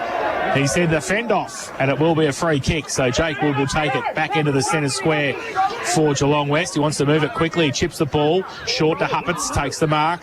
He can go outboard. Oh, he thought about it. Then he decided he go straight down the middle towards centre half forward. Big pack there off the front of the pack.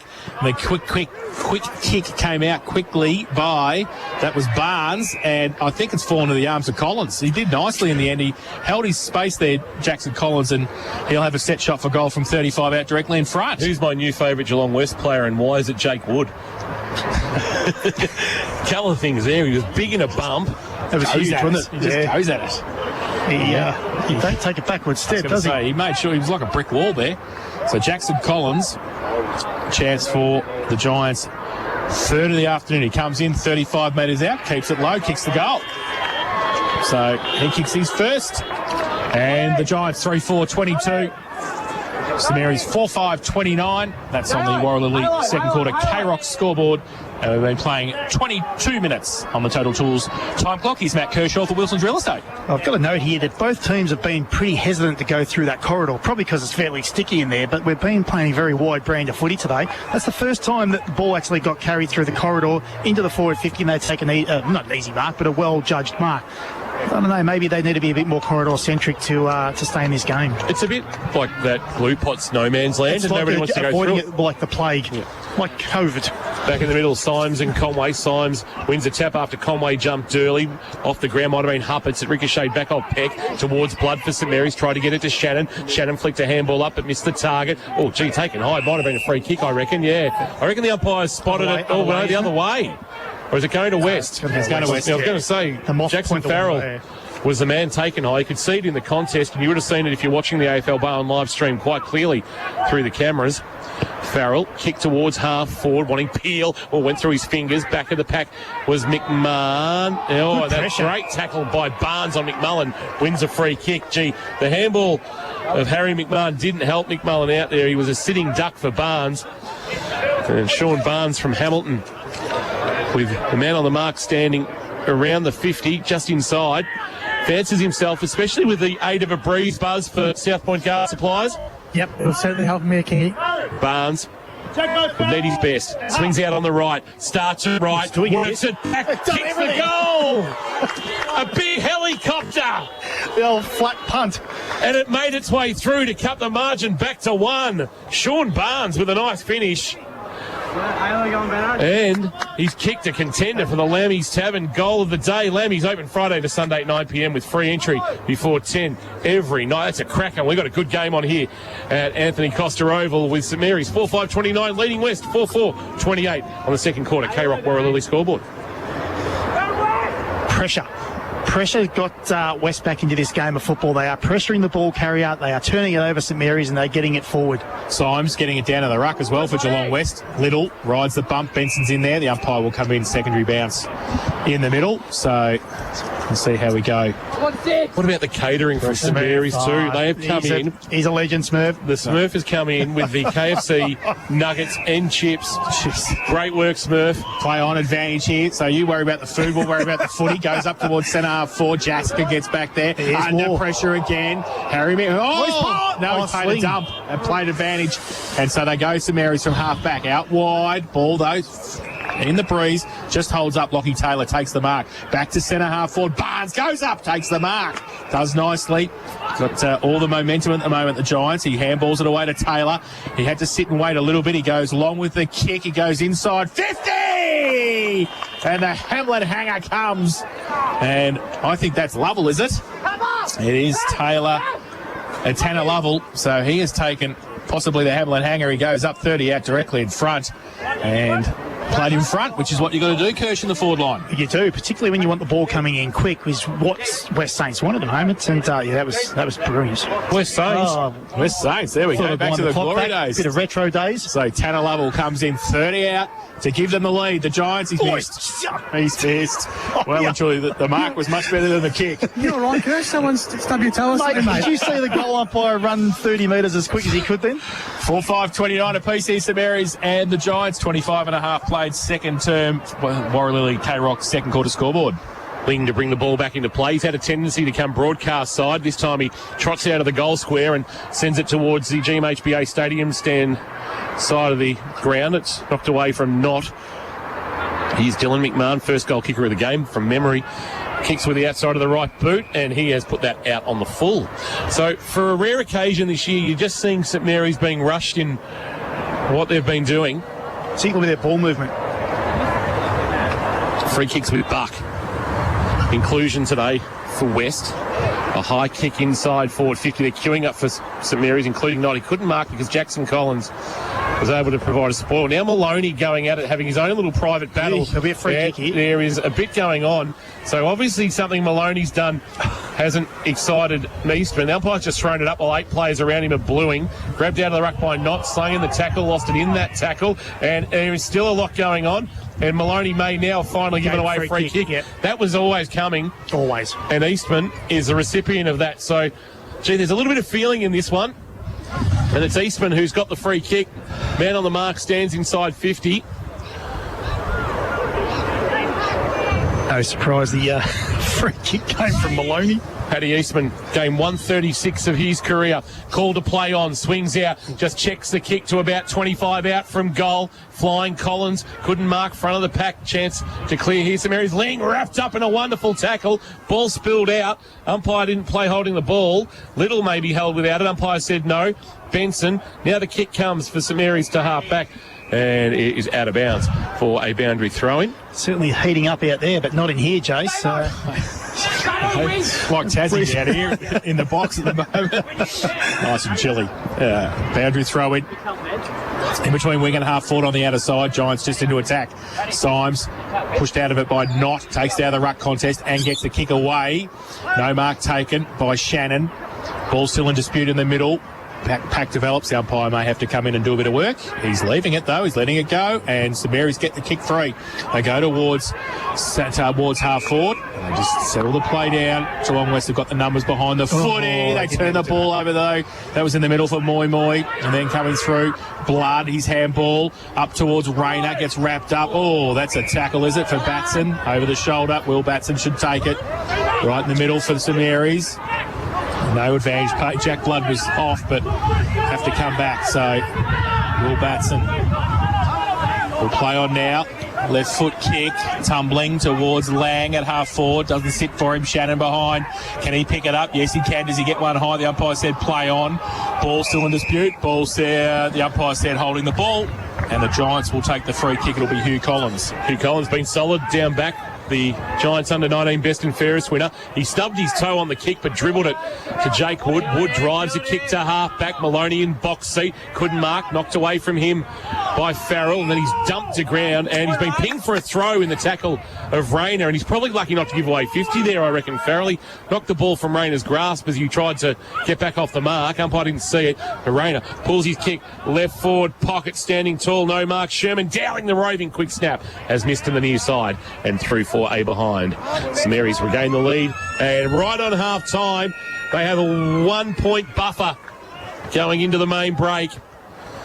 It's been an entertaining first half, a tight first half, and plenty happening between the two teams as well to keep us interested outside of kicks, marks and handballs. 4-6-30 St Mary's, Geelong West 4-5-29 as Josh Conway is hurriedly making his way out onto Anthony Costa Oval and about to accost one of the St Mary's players, I suspect, for a quick chat. Fantastic to have KFC provide us with a little bit of a halftime feast as well after the three-piece feed we've got. And I reckon we can head downstairs to Josh Conway, who's with the captain of the Saints and Jack Blood. Yep, and he's lathered in the mud as well. Jack, West are bringing the heat, aren't they? Yeah, for sure. They're really tight in the contest. Just credit to their outside players too. They're really pressuring us, making it a bit harder for our skill execution. But yeah, credit to them. What do you think you need to pick up in the second half? Just been a bit more careful with the ball, I think. We're just, probably going a bit too quick. Just need to slow it up, be a bit composed, get into our forwards for a nice little kick. So, thanks for your time. Jack Blood with Josh Conway. Good work down there by you. Buzz riding the boundary for Loco Sportswear. Team apparel for champion teams. We'll take a break. It's halftime. Thanks to Next Level Skirmish. Do you like paintball without the mess or bruises? Get your free birthday party worth $230 when you book and pay for 10 or more players. It's halftime at Anthony Costa Oval. It's a 1 point St Mary's lead. Thanks to APCO. Live, breathe, K-Rock football. Fresh Daily with Tom and Loggy. A mother invited to her child's 6th birthday 22 children. Oh, man. And out of 22 people, no one came. But you know what, man? What? This happened to me. At Hungry Jack's in Werribee. Yeah. Now, I had invited 11 people, and I remember looking over at Mum and going, Mum, where are the people? And then a single tear rolled down her face, and I was like, but Mama, surely someone will come. None of my friends came. None of your friends came at all. The most funniest part of this story, I saw a girl out the front that was invited to my party. She said, my mum broke her leg. I couldn't be there. Right? And then her mum walks out. And there is no broken leg. With both legs intact. I didn't say anything, Tom. I just got on with my day. Oh, Jesus, give me a hug. Come on. Fresh Daily with Tom and Loggy. Tom and Log. On K-Rock 955. MasterChef's biggest dishes are still to come. 7:30 Sunday to Thursday on 10. Hamlin Homes, proudly Geelong's largest locally owned and operated builder. Distinctively familiar with the region's lifestyles, landscapes and suppliers. Distinctive in history, having served the local area since 1983. Distinctive in our ongoing commitment to the local community. Distinctive in design, taking inspiration from the local environment to create beautifully unique homes that reflect our clients' aspirations. Hamlin Homes, distinctively local. Hamlin.com.au. At home, on the work site, in the office, there are some big cleaning problems you just don't want to deal with. Don't panic. Call Steamatic. Steamatic has real solutions to your cleaning problems. Graffiti removal, kitchen canopy cleaning, blasting services or the big industrial jobs, they're equipped to handle it all. Steamatic, a standout job every time and on standby when you need them most. Don't panic. Call Steamatic. Essington Street, Grovedale. Visit steamaticgeelong.com.au. For a limited time only, get up to a big $1,000 gift card at Harvey Norman when you buy on interest-free. That's right, up to a big $1,000 bonus gift card. Shop for furniture, bedding, electrical, technology, flooring and more. Buy on 60 months interest-free and receive a bonus gift card up to a big $1,000. Minimum finance $1,000, 60 equal monthly payments. Interest applies if you do not comply with terms and conditions. Fees, exclusions apply. Limited time only. Now at Harvey Norman. Easy parking at 2 great locations, Corio and Warn Ponds. Meals with the family, drinks with your mates, and plenty of good times. It's all back on at the Leopold Sportsman's Club. Monday night is family night, $18 for 2 courses, and just $10 for the kids, plus free face painting. The Cash Members Cash Draw and raffles happen every Tuesday, and Wednesday is $17 Palmy night, with your choice of 5 Palmy varieties. Great lunch specials Monday to Saturday, and the sports bar is fully open. LeopoldSporties.com, your complete family venue. 135 Kensington Road, Leopold. Hi, Luke Dallas here. If your goal is to work in the building and construction industry, then follow my footsteps to study at TIV. Specialising in building and construction since 2007, TIV's training and student support will be with you every step of the way. Follow TIV's pathway in becoming a registered builder, estimator or site manager in face-to-face or virtual classes. Apply online, learn now and build your future faster with TIV. Enrol now at tiv.vic.edu.au. Government funding available for eligible applicants. RTO 21920.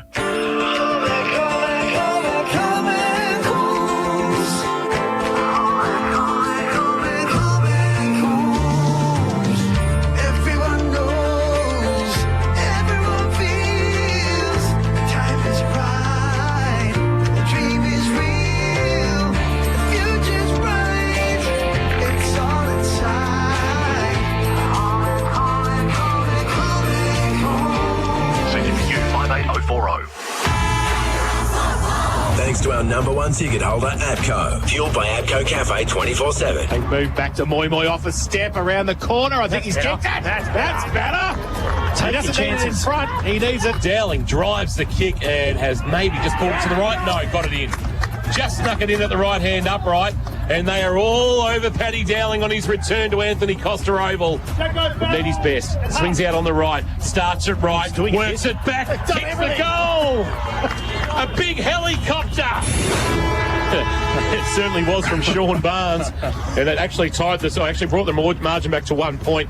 They had the opportunity to take the lead, but unfortunately a shot at goal. I think it might have been Tanner Lovell who had a shot almost directly in front, about 20 metres out, missed his opportunity, fluffed the lines, and then a late behind to the Saints has them leading 4-6-30, West 4-5-29. We're going to go around the grounds for Leopold Sporties, but before we do that, injury updates for St John of God. Your emergency specialist now open 24/7. Ben Maloney, you were looking at, Buzz, with that ankle issue, or something got him frustrated when he gave away that free kick to Paddy Eastman. He was certainly playing a bit agitated, wasn't he, Kingy? I think the ankle might be all right. It was he was certainly a bit proppy early, but the fact that he didn't come off the ground would indicate that it's nothing too serious. Other than that, both sides, clean bill of health. All right, talking about injuries, but a serious one out of the Colac-Grovedale clash. Seb Barrow has had to be taken to hospital via ambulance. There was a 40-minute delay. Play, we believe, has resumed at Australian Land Company Stadium, but that Colac-Grovedale match, hopefully we might have a final score by the time we go off air at around 5:30, but there has been a significant delay there. Serious ankle or lower leg injury is what we're hearing for Seb Barrow, recent debutant. And I think Falcon, one of the Barrows is Falcons listed, if not both, Buzz. Oscar definitely is. You know more than me. Oh, I wasn't sure if you were.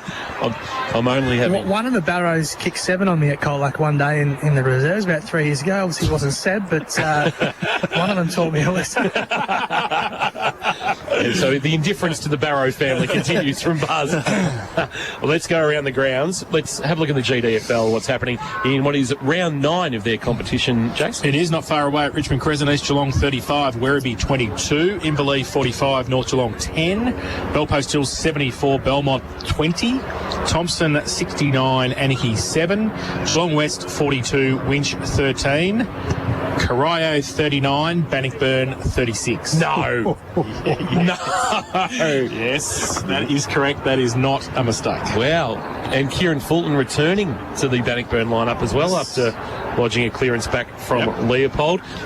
Ballerine, let's have a look at the scores there. Of course, round 13. Hard to believe we're saying round 13. That's where we're at.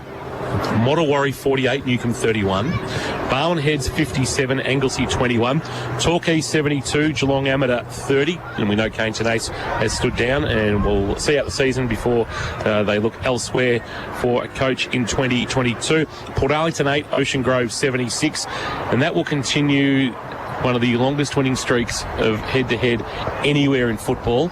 It's Harlem Globetrotters, Washington Generals sort of arrangement between Ocean Grove and Port. I think that will make it 54 in a row, going back to about round 3, 1994. Queenscliff 25, Drysdale 55 GFL games. Leopold Sporties, your complete family venue as we go around the grounds. And we can tell you that Lara 16, Trail Bell Park 38. Newtown 68 leads St Albans 18. Interesting game out at Leopold. The Lions 27, South Barwon 25, North Shore 23, competitive, St Joseph's 55, and Colac and Grovedale. We haven't had a score update, but as we said, there has been some issues down there with Seb Barrow.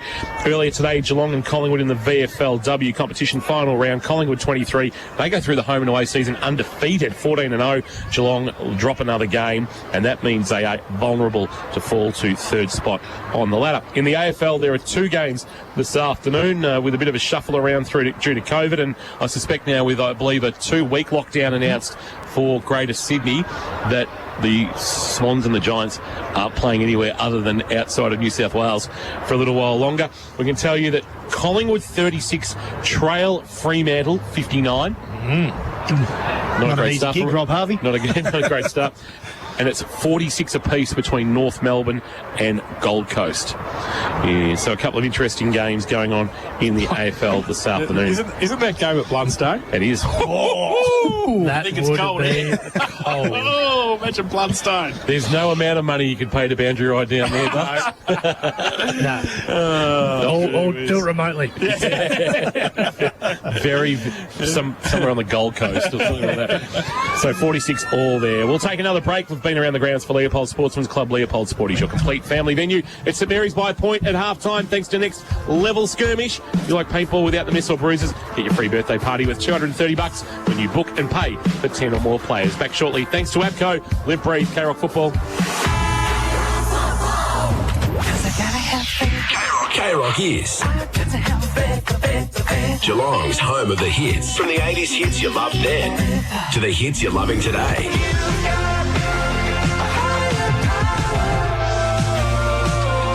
And a few others in between. Geelong's home of the hits. K-Rock 955. Give yourself the home ground advantage at Warralilly. It's the place for families to grow in a strong, self-contained community, complete with 82 hectares of open space, award-winning playgrounds, and the Village Warralilly Shopping Centre. A place leading the way in community services, with 3 schools, childcare centres, sports ovals, and Armstrong Creek East Community Centre all delivered. It's why Warralilly is Geelong's most awarded community. New land releases now selling. Visit warralilly.com.au. At home, on the work site, in the office, there are some big cleaning problems you just don't want to deal with. Don't panic. Call Steamatic. Steamatic has real solutions to your cleaning problems. Graffiti removal, kitchen canopy cleaning, blasting services, or the big industrial jobs, they're equipped to handle it all. Steamatic, a standout job every time and on standby when you need them most. Don't panic. Call Steamatic. Essington Street, Grovedale. Visit steamaticgeelong.com.au. Shane Crawford here with Chance, my local APCO Cafe 24/7 barista. Chance, what makes your award-winning coffee taste so good? It's the ingredients and care in every cup. We use our signature blend Giganti beans and Aussie-owned, Aussie-made Pura Milk. Our award-winning Giganti beans are specialty roasted and Pura Milk textured until silky smooth for the best cup of coffee. Giganti Coffee, Pure Milk and APCO Cafe 24/7, all proudly Australian-owned. APCO Cafe 24/7, now that's a good barista coffee. We've got you. Metricon is recruiting quality painters, brickies, carpenters and tilers to build the homes people simply love to live in. We're waiting to employ you right now with projects ready for you to work on. We pay well and on time. And we provide you long-term job certainty working on clean, safe sites with professional site management. To be part of a great team, call 1300 Metricon. That's 1300 Metricon. CDBU 52967. Thanks to Freedom by Metricon. Back here, it's half-time at Anthony Costa Oval. St Mary's 4-6-30, leading Geelong West 4-5-29. Let's have a look at the head-to-head for Geelong Insurance Brokers. The matchup between Harry Benson and David Hanley. Benson slightly more Lockie Hanley's probably been the better Hanley so far, but Benson probably the better of that matchup. Oh, much better at the moment, yeah. I think he's having a little bit more impact on the game. Hanley's had a lot of hurried kicks away to the stoppages and hasn't really got any free-flowing football, whereas Benson's provided a lot of drive and particularly inside forwards 50, so he's been a lot better at the moment. Josh Conway's been able to jag Greg Mellor after the half-time break. Buzz? Greg, you must be wrapped with the endeavour and the effort of the group in that opening half. Yeah, I felt like that certainly in the second quarter, well, probably in the back of the first quarter and then through the second quarter, our intensity at the contest really lifted. We know Mary's a great contested ball side, and I felt like we were able to match it with them, and sort of, and as a result, we started to get some ball going forward. What do you need to keep harping on to stay in this game and to potentially win it? Well, obviously, get first hands on the footy. Contested ball is key. Then our transition, it's really important that we be brave with the ball. Keep looking to change direction. Felt like our hands in close has been pretty good. If we can do that and get the ball on the outside, we've got enough speed to get the ball inside 50 and score. And finally, are there any specific matchups we should be aware of or watching? No, that's all going pretty much how we are. We are a little bit concerned, or we were in the first quarter. They're pushing their sixth man up to the contest, and we're a little bit disorganised with our backs. But I felt like we fixed that up at quarter time. Great, thanks for your time, Greg. The great insight there. Well done, Buzz. Greg Mellor, the Geelong West Giants coach, with his thoughts on the opening half of play. And, of course, our head-to-head matchup we're keeping an eye on is the Geelong Insurance Brokers head-to-head. More than 39 years in the insurance industry. Don and the team at Geelong Insurance Brokers work with their clients to ensure they have the right cover, not just the cheapest premium. Talking about little matchups, Wombat Gully will keep an eye on some. Nice little one here, Dowling out on this wing with Tanner Lovell, who's been going well. Liked a lot of the Portland product. Probably Tyler Watts has been the more talked about Portland arrival, but it's something like that, Tanner Lovell, that we like and we've seen in the first half. He's got some outside pace, he uses the ball pretty well, and he has a real crack. So, yeah, this would be a good matchup. Third quarter, thanks to Metricon. Umpire tosses it up in the middle. Here's Jason Doherty. Nick Knock goes up in the ruck for St Mary's in the first with Symes and gets it down to the side of the pack. Huppets, though, for Geelong West, gets the kick around the corner towards centre wing. I think it's going to run out of space there as McMahon kept it in. He's done nicely, Dylan. And he might get it back again on centre wing. He's pushed off the footy, gets it back. Is that a free kick for a hold? No, it's a free kick for holding the ball. Sent them off, and he gives the kick away to Dowling. He's going to be able to take the ball for St Mary's. Barnes stands the mark. Dowling pushes him past it. So he's just inside the centre square at centre wing. And he's going to be able to drive it with the left foot now and drive it along swimming pool end of the ground. He goes up. Big pack there. Off the side of the pack. Nobody really wants to pick the footy up as they go through. Now the Giants have got some numbers. Frangos, kick was smothered. He might have a second effort. Then he dropped the football. The umpire said play on. Falls to the side of the pack. The handball comes back to Shannon off a step. His kick was smothered as well. Now Algarinas goes with a right foot kick high towards the goal square. What's it got distance-wise? Is it over the back? Oh, it's hit the post. I reckon nobody actually touched that before it hit the post. Maxwell's arms went up. But Algarinas puts a behind on the board, so they go to 4-7-31 now the home side. The Giants 4-5-29. Right back pocket, that might be Jake Wood with the footy. Finds his skipper in Peel coming up and taking it in the hands, but he's working a long way from goal. Kicked 5 last week, but nothing on the scoreboard this week for David Peel in terms of majors. Kick to the wing, flying Eastman. Did he take a nice mark? He did over Damien McMahon. It's a good grab on the outer side in front of the scoreboard that shows St Mary's leading 31-29 early third quarter of K-Rock footy, thanks to APCO, our number one ticket holder. Eastman, a high ball to half forward, Moi there, and there's going to be a free kick for a hold. Which way is it going? Players look confused, and it's actually coming back to Moi. Well, I think he's as surprised as anybody. Comes inboard to Little. He kicked a nice goal in the second quarter. Got things going for the Giants. Former NT Thunder representative. Here's Peel on a hit-up lead, taking a nice mark in front of Burke. He doesn't like the distance, so he just lowered the eyes and put it onto the chest of Ajang. 40 out from goal in front of Jasker. He's marked Emmanuel Ajang. And the chance for the Giants to lead for the first time this afternoon, Kirsch. He doesn't want to kick it either, actually, Jang. He's looking to pass off, and here it goes. That's where it's going, and he's turned it over. Although getting across, Jaska couldn't complete the mark in front of Eastman. Time to recover, gave it to Damien McMahon, gave it to Sherman for St Mary's. Sherman a wide ball. Oh, Lang! Wonderful one-hander, diving low. Hamlin hanger contender from Tommy Lang. Great grab down low with the one mitt. Now he wants the corridor. Well-weighted ball. Here's Damien McMahon again. He's a running machine. Under pressure from Peel. Gets a kick high up the chimney. And Peck on debut on the chest. Comes out and marks. Lockie Peck playing his first game in the navy blue and green. Club that his dad, Paul, represented with distinction. And he'll have a chance on past Players' Day with a big contingent of former greats in the house. I reckon we'll get a decent cheer if he kicks this. We'll know before it goes through, I reckon. Hey, what his old banker play? Yeah, he's a good player, played against him in the 90s. Yeah. Stands just inside the 50, the man on the mark.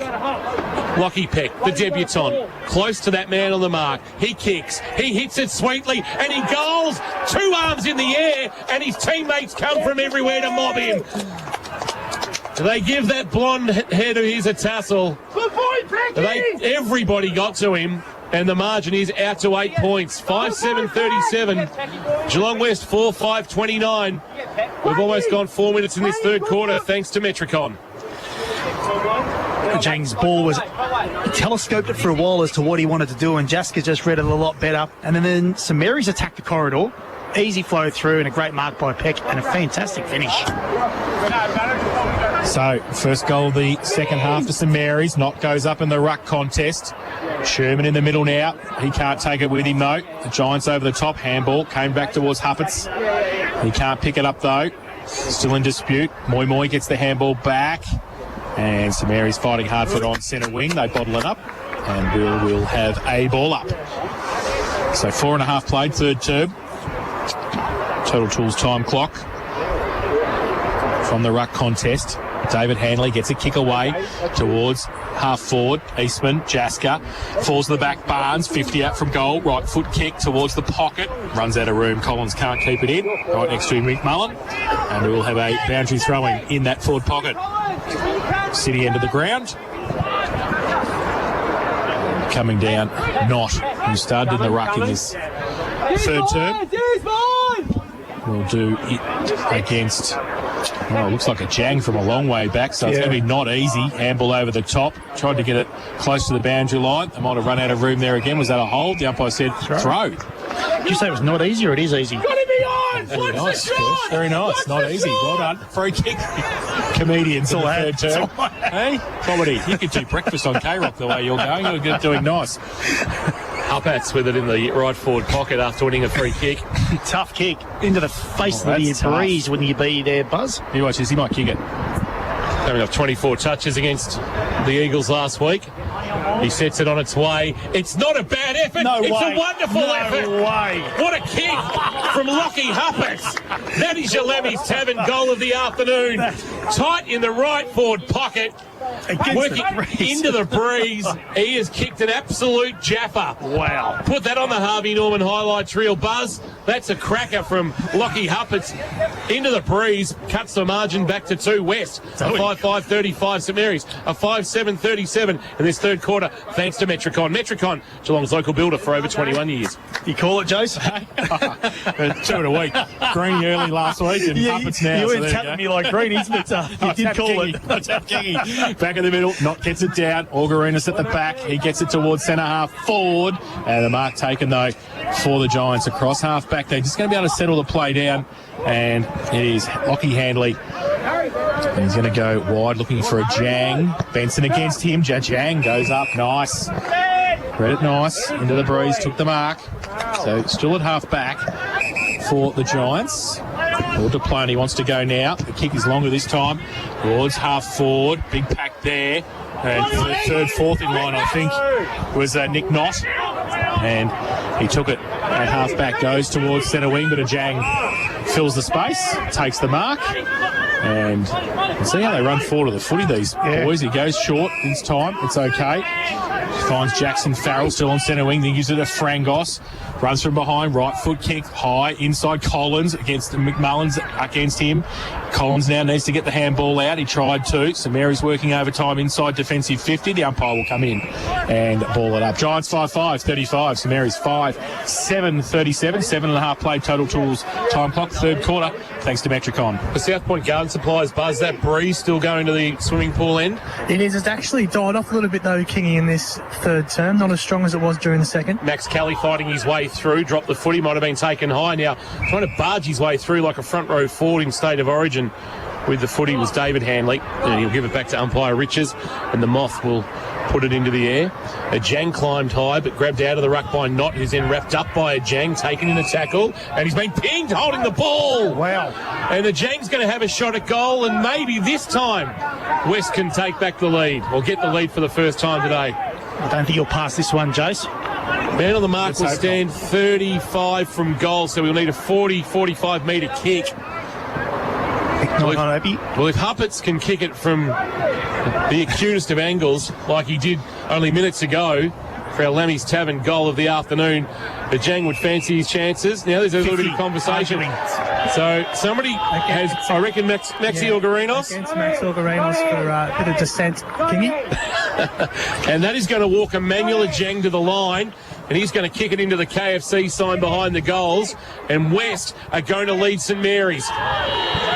For the first time this afternoon, the men in orange, charcoal and white have the buffer. 6-5-41. St Mary's 5-7-37. 9 minutes ticked over on the third quarter. Total Tools time clock. Do you ever think you'd say charcoal? As a colour? As a colour? No. In a footy game? No, never. That's what it officially is. Charcoal. Third quarter thanks to Metricon. Metricon looking for skilled tradies to join the local team. Call 1300 Metricon to inquire today. So back to the middle. Take the lead, the Giants. And Sam Conway back on the ground for St Mary's up against Symes. Symes does well though. Blood in the middle. Can't take it with him. Symes gives it away quickly. Little tried to get it towards Ajang again. Ball spills free. Caden Rayner gets the kick away. Centre wing. Handball. Collins back for Geelong West.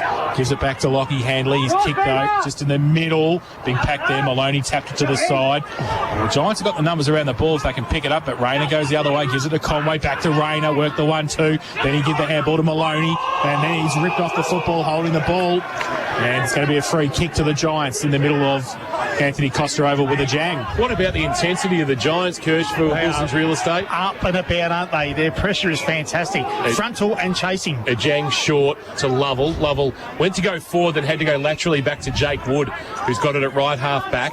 Wood goes short and very dangerously near the boundary line, but the mark taken out there by Buck. Buck will concede inside defensive 50 to Bannister. Bannister goes deeper back towards his defensive goal to Lockie Handley as they look to open up the broadcast side. Kick is okay onto the chest of Bradley Wood.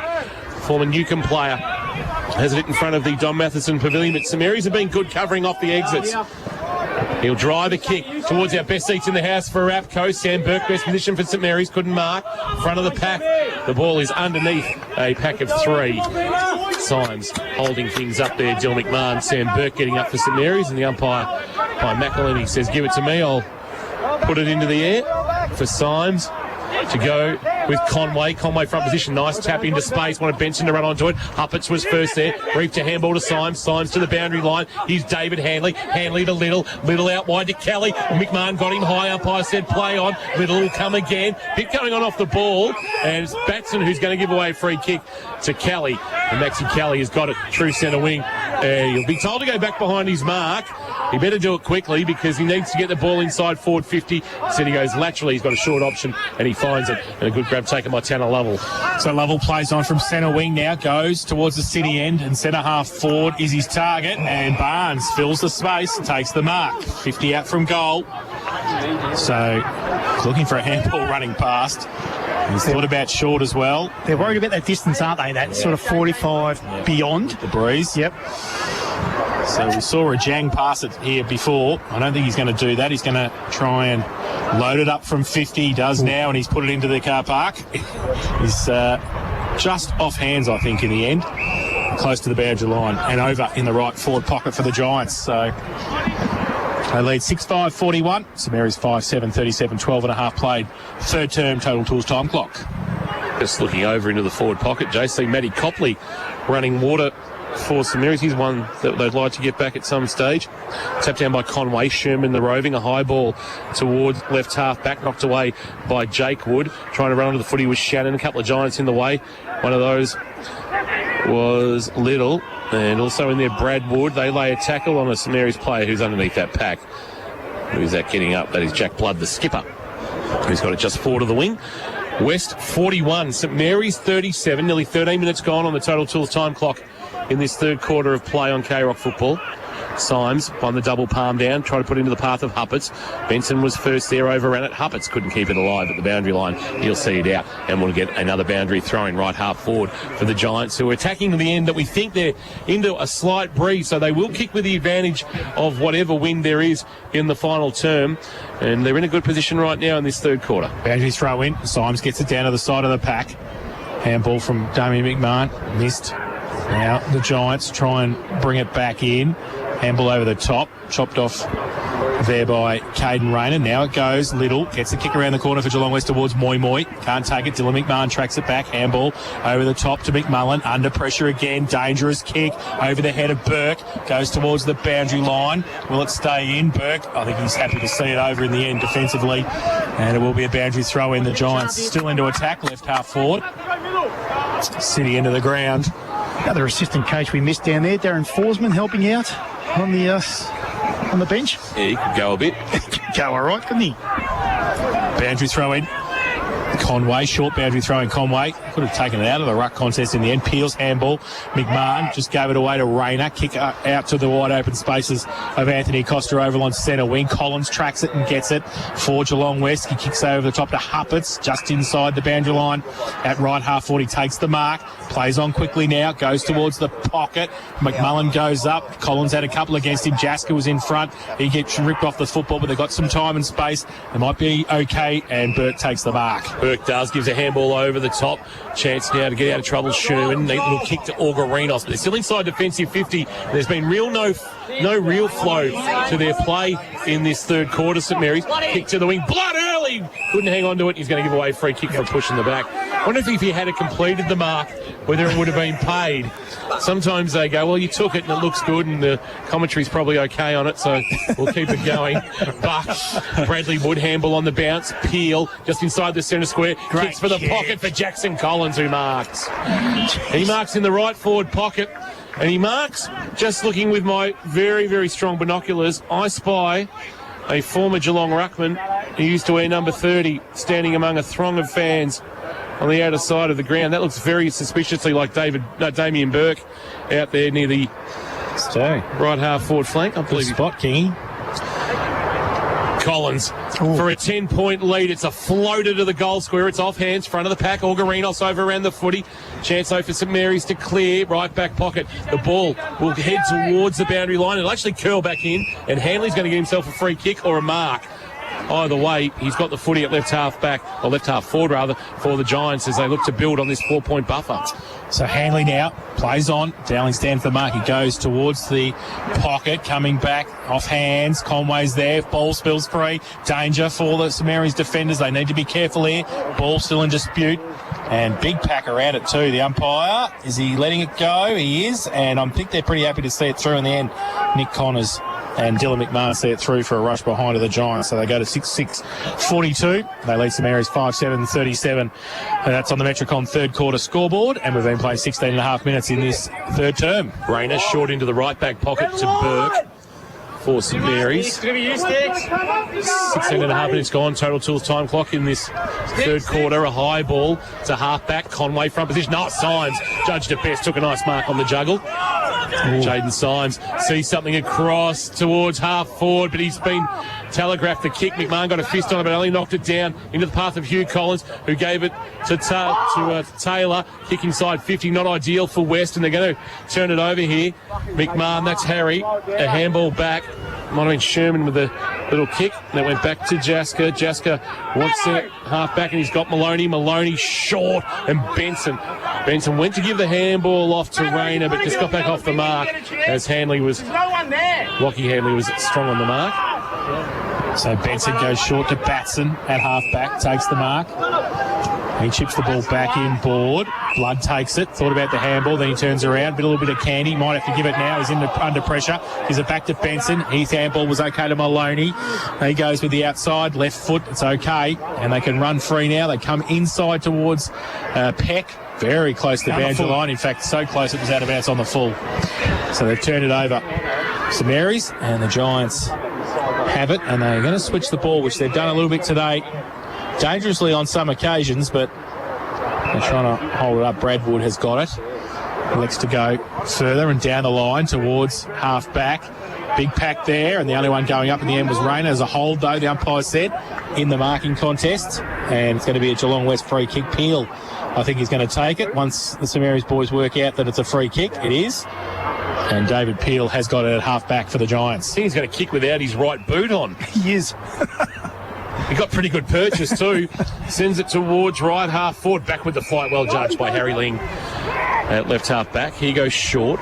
Benson feigned a handball and he got run down. And that'll be holding the ball. Barnes wanted to take advantage. Umpire said there was none. And it'll come back. He was wrapped up by David Hanley. It was a good tackle. Hanley comes laterally to Symes, and the big man can then find a handball to Taylor under pressure. Not a great kick, but downfield they're going to pay, I reckon, for the late contact. So it's going to be a free kick downfield after a late bit of contact on Taylor. I didn't see who the St Mary's player was, but either way, they had the ball advanced to Max Kelly in this third quarter, thanks to Metricon, Geelong's local builder for over 21 years.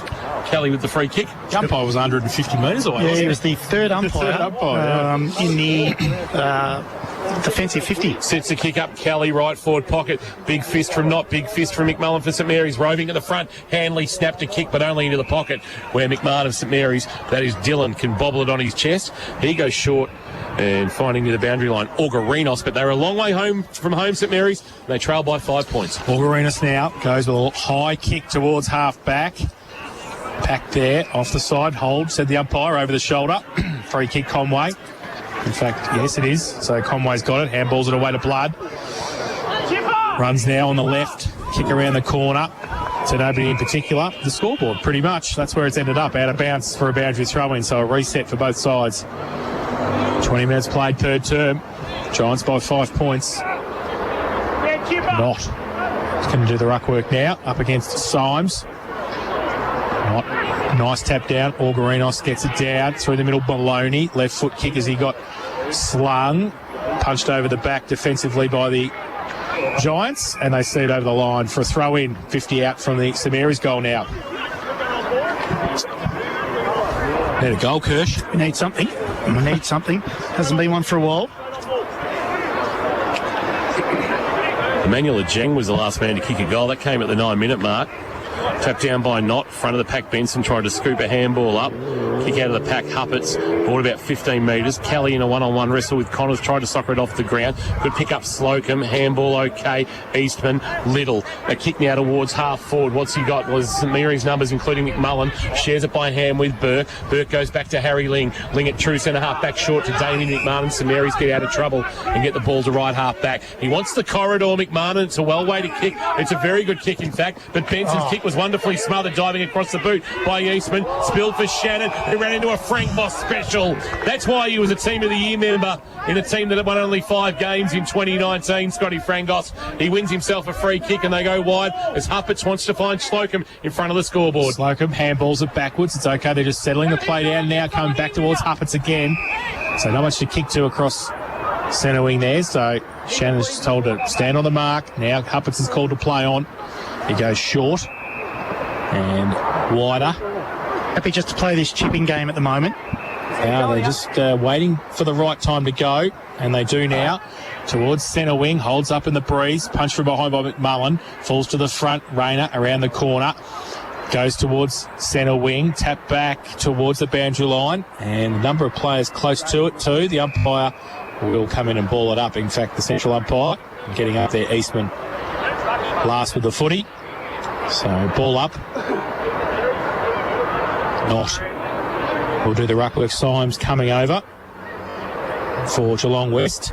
Not gets it down nicely to Benson. Kick around the corner towards half forward. Peck sets himself. Punch to the front of the pack. Collins for Geelong West. Back to whence it came on centre wing. Falls to the front. Benson went behind him. He puts his head over the football. Now it falls away. They keep coming. Rayner loses it in the tackle. So does Not. And we'll have another ball up right in front of the scoreboard. Geelong West 6:42. St Mary's 5:7:37. 22 and a half played in this third term total tools time clock. Thanks to Metricon Homes, their new reverse living display home now open at Kerr Lewis. Umpire puts it into the air. Symes got a little shove from Not, who won the tap down. Ball taken by Orgarinos near the boundary line. Snaps the left foot kick towards half forward. Akarachi with the flight. Couldn't mark. Front of the pack, Hugh Collins. Back to Slocum. Heard a voice. Chance now for Lovell with a little bit of a shimmy. And then a nice kick towards half forward through the hands of McMullen of St Mary's. Harry Ling will be first back there, confronted, and they all went past him like a big wave breaking, and he just stood there and let him go by. Got it to Orgarinos, who drills it inside 50. Peck best position. Peck on the juggle, couldn't complete the mark. Numbers for St Mary's. Blood one of those. A handball out the side door. Heard a voice of Lang. Lang comes back in port. McMahon wonderfully spoiled a Jang. Rolls away outside defensive 50 for West, for Batson to clean up for St Mary's. Symes back with the flight. Spectacular. He went parallel with the ground. He got the free kick after being collected by Ned Shannon. No mark. It would have been a Hamlin hanger if it had been a mark. And it's Symes. He's just happy. I reckon they're happy to get to three-quarter time. Absolutely. Holding this little buffer as he goes short into the right back pocket, and Hugh Collins has the mark in front of the old Geelong pass player stand. Collins drives it now. High kick towards centre wing. Jackson Collins there, outpointed by McMullen on this occasion, takes the mark, drives it back towards half forward. Big pack there. They go up over the side of the pack. No mark taken by Lockie Handley. Spills to the front. The umpire might have to come in. There's a couple of tackles going on there. Peck will get up off the bottom of the pack. And it will be Collins as well. Hands the ball back to the umpire. Symes up against Not. Not gets it down. Handball comes out for David Handley. Ball stopped though by Sherman for St Mary's, and that's a better kick, and just sets it up in the left forward pocket. A little bit of space there, and Nick Knott has taken the mark and will shoot for goal from about 30 metres out. And they need this, Kirsch. The game needs it. The game needs it. St Mary's need it. Yep. It's been a battle between the arcs at the moment, hasn't it, for the last probably, good 10 minutes at least. So Nick Knott, in front of the pass players, stand in the left forward pocket, swimming pool end of the ground here at Anthony Costa Oval, will come in to give the home side a lead. He comes in, right foot kick, keeps it low, does nicely, goal umpire does not move. So he's first in the afternoon. St Mary's 6-7-43. They lead the West Giants 6-6-42, and that's on the third quarter. Metricon K-Rock scoreboard. Thanks to Wilson's Real Estate. Here in the experts chair is Matt Kershaw. Like you said, slow build-up to get the next goal, but I tell you what, Geelong West Giants will be very happy with the, I reckon, going to three-quarter time if they can keep this 1 point buffer, because it set him up very nicely in the last quarter with his breeze. After kicking the goal, Knott finds himself now doing the ruck work. And Emmanuel Jang didn't realise which way he was going, so he had to quickly run back and be on the right side of the line. And back in the middle, there's going to be a free kick for too high against Maloney, and it's going to go back to Hupperts. He'll take it right in the glue pot in the middle of Anthony Costa Oval. He'll rub the ball on his jumper. And he's just heard he wanted to come to Buck and he mishit the kick. It's been taken by Harry McMahon. Handball to Harry Benson. St Mary's inside forward 50. Kicked too much on it for Peck. Went through the legs of Bannister. Dowling will track it to the boundary line. Oh, taken high, surely. Free kick for Dowling. It'll suit. Selwood style. It will suit Dowling. He'll step out. Launchelon on the left. Cross the face of goal. He's mishit the kick. It'll bounce away from McMullen. He may have gone forward, Trent McMullen, as they try to jag a late goal, but they won't find another one. That is three-quarter time. A third quarter that just went 26 and a half minutes. We saw three goals really quickly in the opening 10 minutes. And then we find ourselves waiting another 15 or 16 for Knott. There's a bit going on bit of discussion.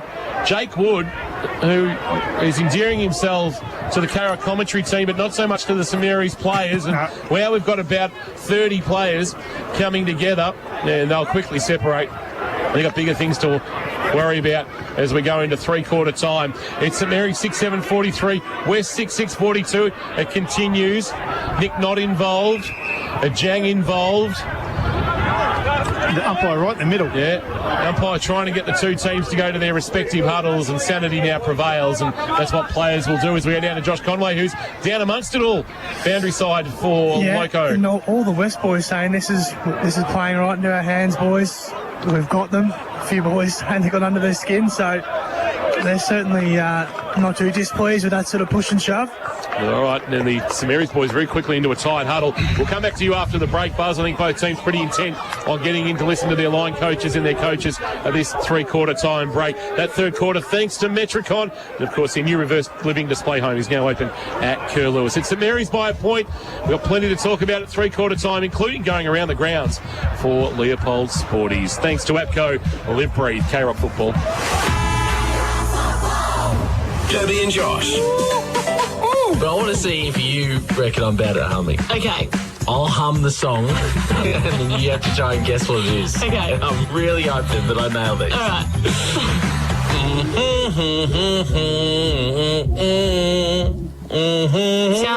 No, go again. What do you think it is? Australians all...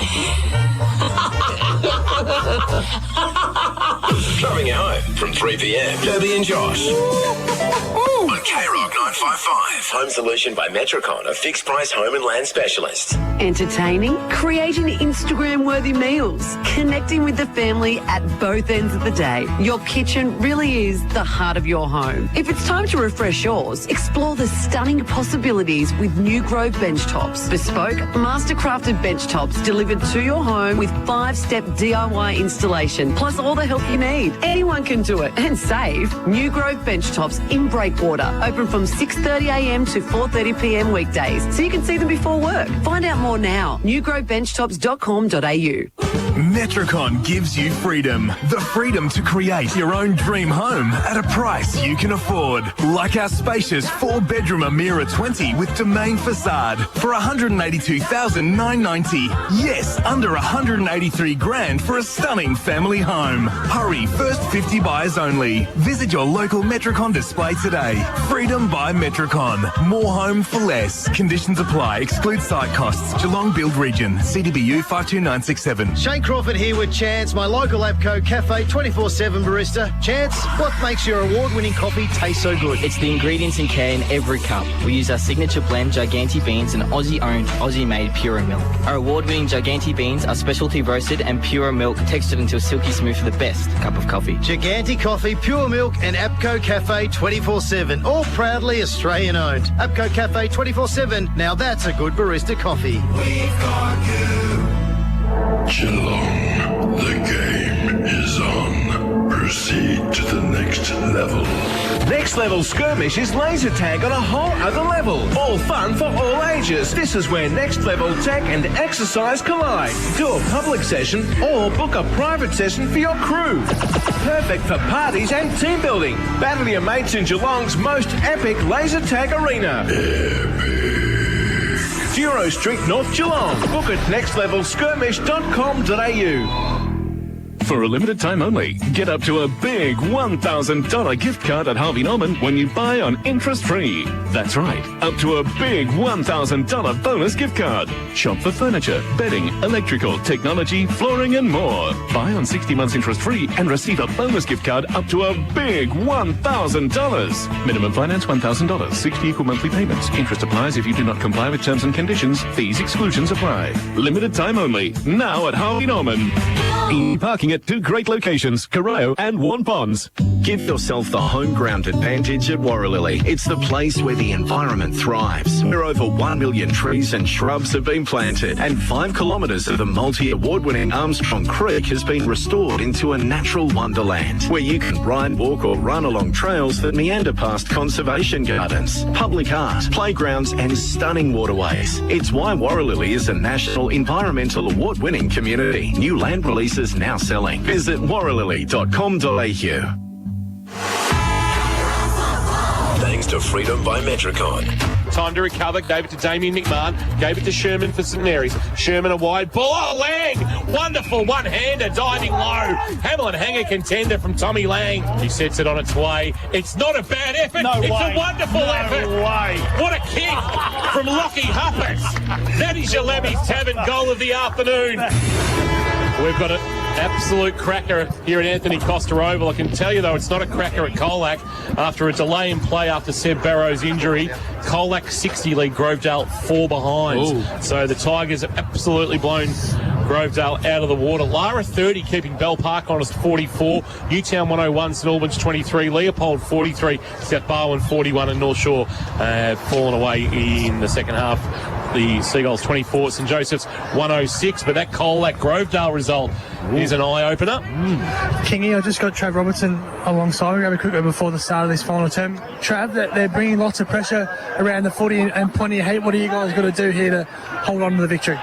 Oh, look, I think they've certainly were always going to be good at contested footy, and they've probably beaten us in that area. I think we need to wrestle back that sort of momentum, and we've just asked our boys to probably slow the game up a bit and just control the footy a bit more through the middle. Perfect, thanks for your time. Thanks, Buzz, with Travis Robertson for Loco Sportswear. Mottawarri 66, Newcombe 31, Barwon Heads 104, Anglesey 44, Torquay 105, Ammo 7 Straight 42, Port Arlington 9, Ocean Grove 127, Queenscliff 26, Drysdale 98. We'll get the GDFL in a moment as we get the final quarter underway. Thanks to APCO. Here's Jason Doherty. Nick Knock gets it down in the middle to Orgarinos, who gets wrapped up. And it's going to be a secondary bounce. GDFL, Jace. GDFL East Geelong 54, Werribee 32, Inverleigh 58, North Geelong 25, Bellpost Hill 95, Belmont 29, Thompson 102, Anarchy 7, Corio 51, Bannockburn 79 and West 61, Winchsport 27. So we're back in the middle with Jaden Symes kicking the ball towards centre half forward. It'll bounce. It'll sit on its point over the head of Dylan McMahon. Moy bursting his way through, ducked under one tackle, then tried to take on another tackle. That should be holding the ball. Umpire says no, give it to me. Who's winning this from here, Kirsch? Well, I'd like to think that West can win it from here if they can maintain possession and have some good forward entries. Max Kelly with the Falcon off his head. Chance now to clear. Benson gave it to Orgarinos. Orgarinos' left foot kick for Lang, who took a good strong grab in front of Jake Wood. And he quickly wants to get moving as they lead by 1 St Mary's, but kicking into the breeze. Lang drives it long to half forward. Not best position. Couple of giants there, including who's had an outstanding afternoon, Lockie Hanley, who may be in contention for that Leopold Sportsman's Club $100 best on ground voucher. And a bit of Hanley. He goes with a left foot kick towards centre wing. Jang goes up, can't take the mark off the back. Burke just to settle the play out. Gives it to Orgarinos again. Can he get around? He can. He handball to the Batson. Now he wants to go with the left foot. Goes long, high, inside 50 with the kick.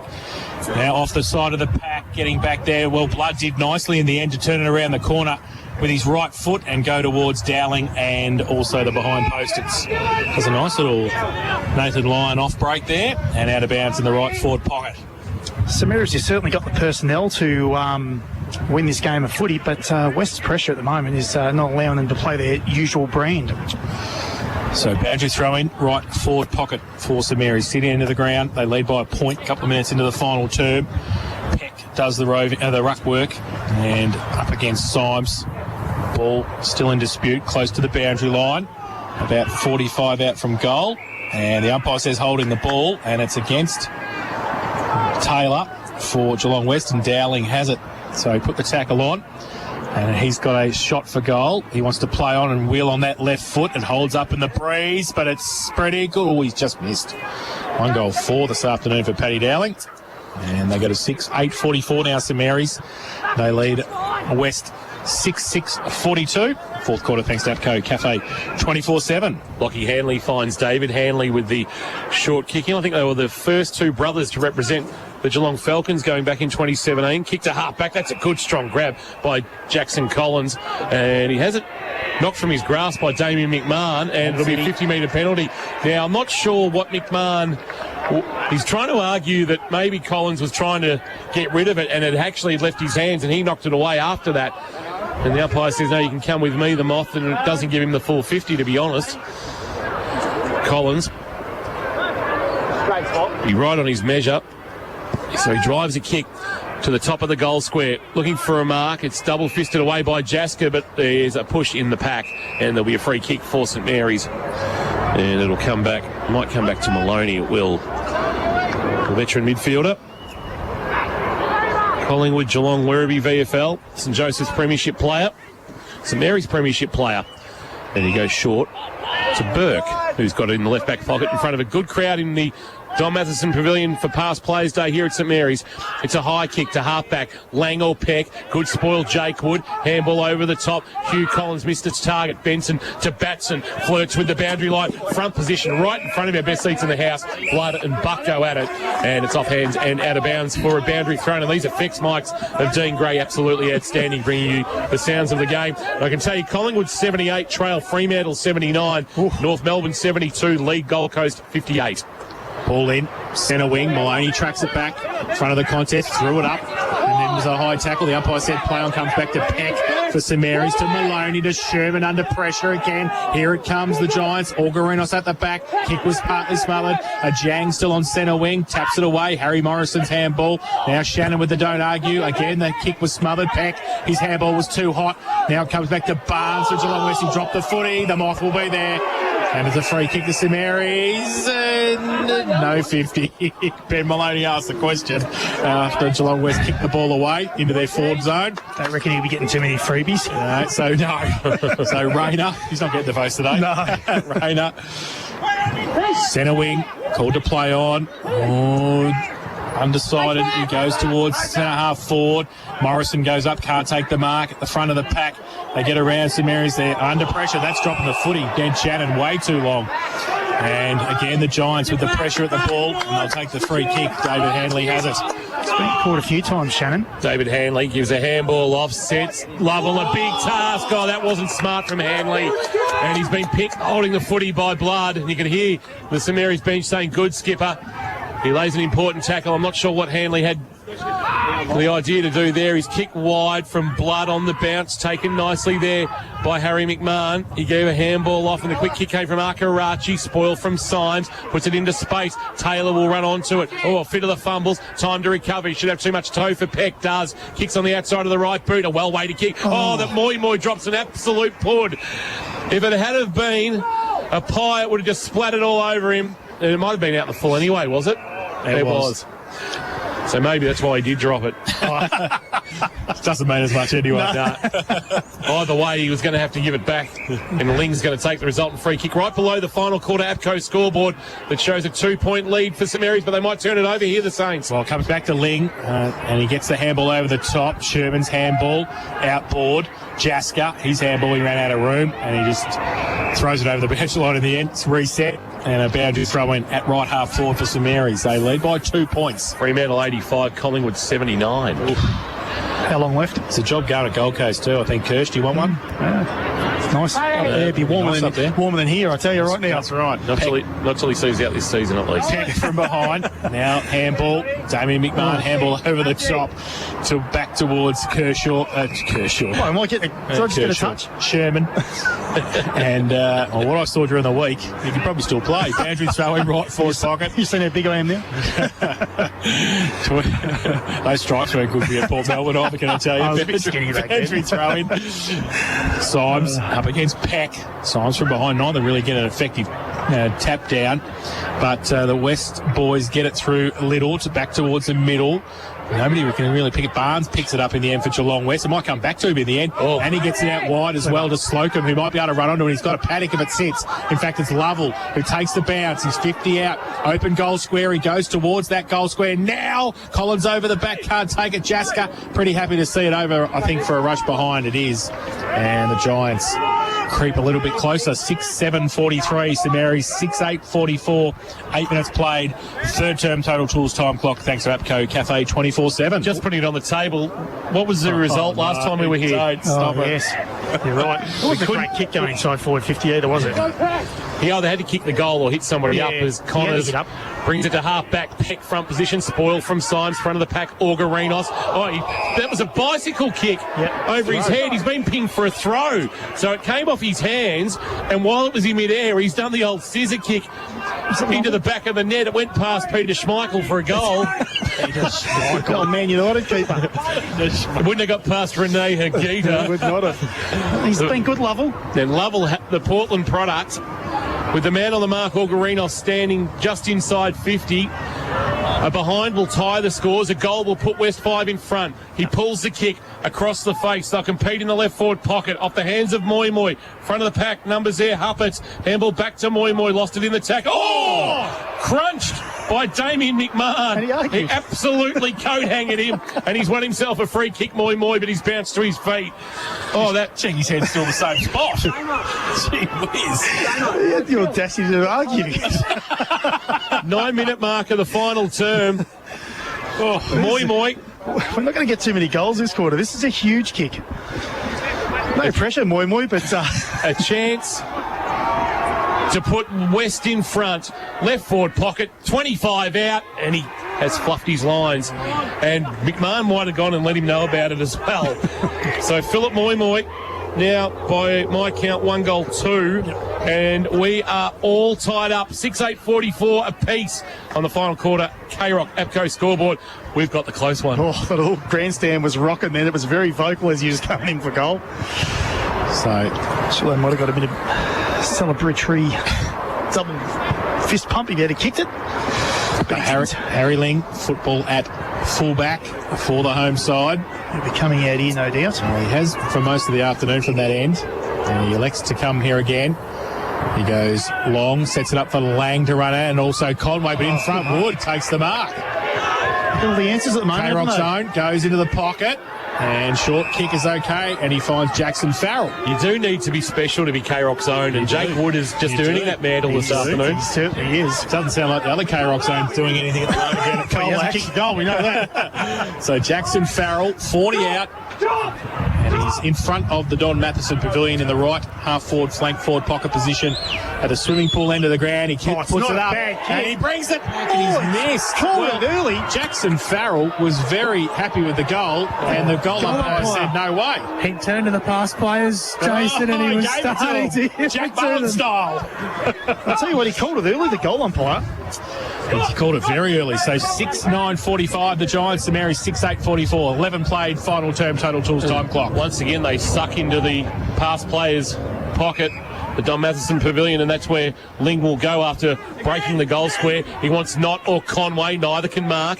Ball's at the front of the pack. There's numbers there for West. Kicking high, but kicking very, very wide and out of bounds. It may have been Farrell, and that went out in the full, but they lead by 1 West. 6-9-45. St Mary's 6-8-44. 11 and a quarter minutes gone. Total Tools time clock in this final term as Ling goes short and spots up Benson, who marks. Benson gives it away by hand. Ling folds it up, gets it over the top. They've got a bit of space. Connors takes the mark in between halfback and centre wing. Goes wide. They've got a bit of space. Harry Morrison won't sit for him, out of bounds. And another boundary throw in. Love how you brought Harry Morrison into the game.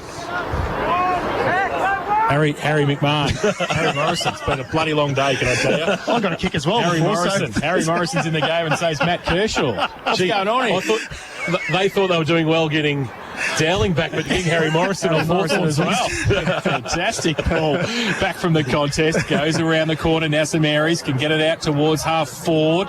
And Akarachi just sees it over the boundary line under pressure. And about 55 out from the St Mary's goal will have another boundary throw in. Leopold Sporties, Freo 91, Collingwood 79, North 72, Gold Coast 63.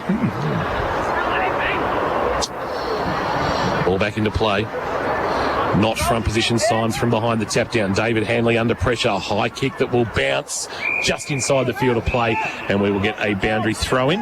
Right half forward for St Mary's. How many boundary throws do you reckon we've had that side of the ground today? 176. Buzz, can you talk to the people at the TAC stats track and see if they can get that out of side boundary throwing stat?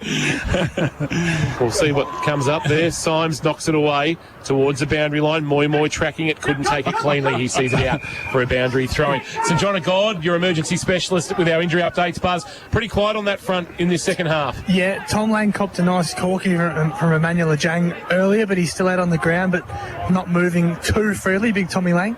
Well, we say we've got the close one. We have just. It's a 1-point game here, a 2-point game at Leopold lead South Barwon at Community Bank Oval. 44-42. Inaccurate kicking there. 5-14 playing 5-12 as Blood burst inside 50 with the kick. Ball at the ground level was picked up by Akarachi. Gave it to Maloney. Maloney to the pocket to a one-on-one on the mark. Dowling. He's a strong grabber. Hamlin hanger in the right forward pocket, which will suit his deadly left boot. Just easing his way back into the GFL after the first half of the season in the Sandford Reserves with Glenelg. He's come back with a very Adelaide-style haircut, the flowing moulet. And he's in the right forward pocket, planning to come out on the J-curve. Frangos will come out and try and shut him down. He snaps, he goals! Lemmy's Tavern, goal of the afternoon contender from Paddy Dowling on return. He kicks his second, and by my count becomes the first multiple goal kicker on the ground. They lead by 5, St Mary's, 7-8-50. West, 6-9-45 in this final term, thanks to APCO and Paddy Dowling with a little bit of class. Well, you felt with their ball movement there was a little bit more urgency than there has been in the early part of this quarter, and they got their ball in there pretty efficiently. So get it to the dangerous players, and that's where you're going to win the game. You felt that West had to kick a few of those. You know, they had 3 or 4 shots in that goal, and they missed every time. He just felt the tide was going to change there a little bit. So back in the middle, Symes up against Knott. Neither really get an effective tap. Little to run on Sherman. Kick off the ground came from Symes out wide, close to the boundary line. Taylor gets the kick with the outside of the right boot, inside 50.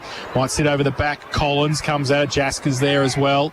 Now gives it away to McMullen. They work hard in the phone box. Rayner gets the right foot kick out wide. Ajang either out of bounds on the full or he took the mark anyway. And now Emmanuel Ajang is called to play on. From half forward, goes inside 50. Moy's there. Collins third up as well. Threw away McMullen. Did he throw it? Yes, he did, said the umpire. That's a fair call. Yep. Yeah, he threw it away. And the umpire said the free kick's going to go to Jackson Collins, who will have a set shot for goal from 30 out directly in front. This is a massive kick, Kirsch. Well, they've missed the last 3. They put one on the full. This is the one that they need. I mean, I know we just mentioned it about 30 seconds ago, but... This kick won this afternoon, Jackson Collins. And he has to become the second multiple goal scorer this afternoon after Paddy Dowling a minute ago. He comes in, right foot kick, 30 out. Oh, just pops it up. He chips it. Nice little wedge. Doesn't matter. And he put it through for his second of the afternoon, and they reclaim the lead, the Giants. 7-9-51. They lead St Mary's 7-8-50. 16 played, total tools, time clock, and that's on the APCO Cafe 24/7 final quarter scoreboard. Oh, footy's all about momentum, swings and shifts, and if they had have missed that, bit of scoreboard pressure shifts away from them, and after St Mary's kicking that goal, but now we are back on track, and we're going to go down to it must be this ground, Jace. I don't know what's going on with us commentary box here and this ground. Must be. I don't know. Ball back in the air. Peck doing some ruck work this time, winning the tap down. Rolling ball. Little went to go off the ground, got buffeted by Maloney. Patson's handball was good to Sherman. Sherman wanted Maloney but missed him. Maloney was smart. Tapped it back to Burke. Burke at close quarters to Batson. Batson, a neat little kick, didn't go 15 to Blood. Wants to take on the tackle of Buck. Shrugged him off. Drove the kick inside 50. Hanley back with the flight. Judged it well. It's been good. I tell you what, there's a lot of, and I know it's different positions, but in the way he moves, the left foot, there's a lot of Dean Talbot in the movement of Hanley. Just smooth and languid, and his short kick to Jake Wood is marked at right half back. Wood kicks it to the wing, front position stretching, but off the ball. There's a free kick going which way? It's going against Jasker to Kelly. The mark had been taken by Huppets anyway, and the Giants retain the footy through Max Kelly. Kelly goes long, inside 50, 2-on-2. 2 going up. David Handley can't take the mark. And then was that high? The umpire said no. Is he going to pay? Holding the ball. Jeez. Free kick to Geelong West. I'll tell you what, there's a fair crowd here of West supporters here. Don't worry about that. They're very vocal. Dylan McMahon caught with the football there in the contest. I've got to be honest, I don't know what else he could have done. He just sort of got tackled as soon as he got the footy, didn't he? But anyway, very stiff. But Philip Moy has got the resultant free kick. He's kicked 1 goal, 2. He will be kicking from 40 out. Oh, listen to the crowd. Just a bit worse than a 45-degree angle. He'll come in, and this to make the margin 7 points. He comes in, he runs out to the right, and that's where the ball stays. And he has missed everything. It's out of bounds on the full. So still 1 point. 7-9-51 the Giants. St Mary's 7-8-50, 18 played. Final term, total tools time clock. In terms of skills and high-flying moments, this hasn't been one of the games of the year, but in terms of intensity and pressure, it is right up there. Ling short to Burke. Burke back to Ling, cruising by. Got it to half-back with a way to kick to Benson. Benson drives it. Great passage of play here from the Saints. Kick out in front of Harry McMahon. Under pressure. Taylor. Big tackle. Crucial tackle from Lockie Taylor. You just said it too, Kingy, about the pressure of this game, and it has just gone up a level. Lockie Taylor with one of the most important tackles of the afternoon, halting the progress of Harry McMahon. Taylor sends it towards half forward, a high ball. Big fly, Collins, front of the pack, Jaska. Good, crucial mark on the juggle, showing all his experience despite the fact he's probably only 22 years old. He goes short to Damien McMahon. He wants to come in board. Do we skip a Blood? Checks it to Blood, who just holds it up. Ajang stands the mark. He's on centre wing. He chips the ball over the top. They've turned it over again. Lovell, handball the other way. Ajang. He can go now with the right foot. He goes long, inside 50. It's all St Mary's back there, though. They do nicely. McMullen gets back there. Now he's going to switch the play to Jaska. He takes the mark. Oh, doesn't take the mark in the end. He's going to be under pressure. He tries to outrun. He handballs it to Nick Connors. Under pressure. Back towards Jaska. Gets around one. Handball to Connors again, who followed up on centre wing. Handball over the top. They've created the loose man. If they can get around, can they? Blood. Handball back to Connors. Off centre wing towards half forward. In front, Conway. Good mark. And plays on. Gives it away to Lang. He goes inside 50. Bit of space at the back of the pack. And they go back to Orgarinos, who kicks the ball around the corner and kicks the goal. The Lambie's Tavern goal of the day to Max Orgarinos, who kicks the 8th for St Mary's. 8-8-56. They lead the Giants 7-9-51. 20 minutes played, final term. And here for Wilson's Real Estate, our expert, Matt Kershaw. What better ball movement from their back half there. They're chained out well. The pressure was still up there from Geelong West, but, geez, they just used the ball well going to their forward 50. And if they didn't fall, it would have been a mark anyway, so their forward 50. Just some concerns here for Dill McMahon coming from the ground buzz for St John of God. Yeah, they're just checking out his right knee. He's sitting down, doesn't look in too much discomfort, but definitely looking at that knee. Symes climbed high in the ruck, won the contest, tapped it towards Barnes coming off the edge of the square. He might have been legged and will win himself a free kick. Will Sean Barnes from Hamilton. Sends it inside, forward 50. Moy sending himself, couldn't mark. Peel, front of the pack. Peel, snaps. Peel misses to the right.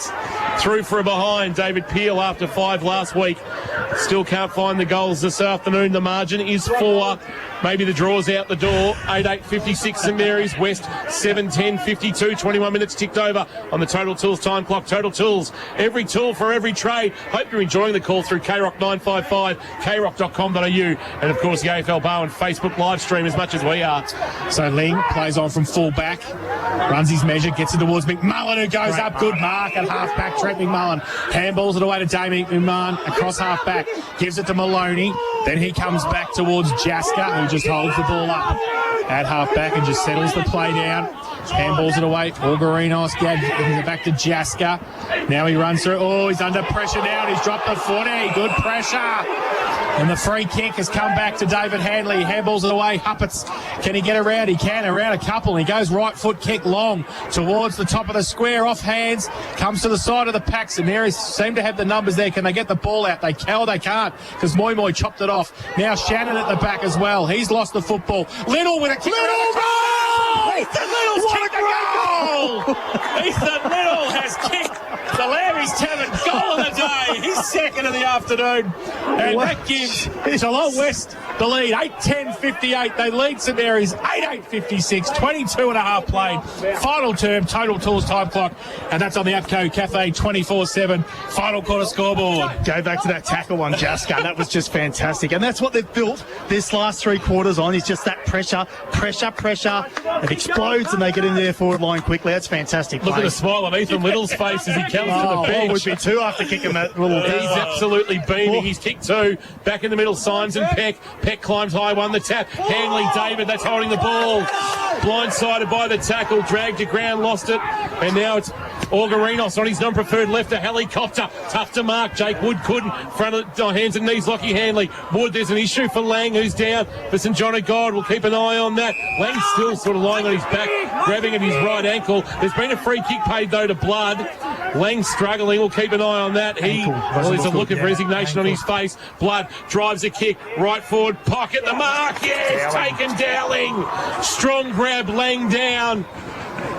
He is in a lot of discomfort by the looks of it. Tom Lang, medical staff with him for St John of God. Everywhere you look, something going on late in this contest. The physio from St Mary's working on that right ankle. But Paddy Dowling has the game on his boot right now. What a fairy tale return it would be. This is it, really. What are we gone? 23, yes. Approaching 24 minutes gone. Total Tools time clock. He's kicked 2 goals for this afternoon, Paddy Dowling. Man on the mark, 35. He kicks from 40. He drives it. He doesn't have the carry. Mark in the goal square. Paid. Yes. Mark to St Mary's. The grab taken in the goal square, basically, by Akarachi. And he should put St Mary's back in front. Jono Akarachi standing tall in the pack. Lang's come from the ground. We'll get to you in a moment, Buzz, for St John of God.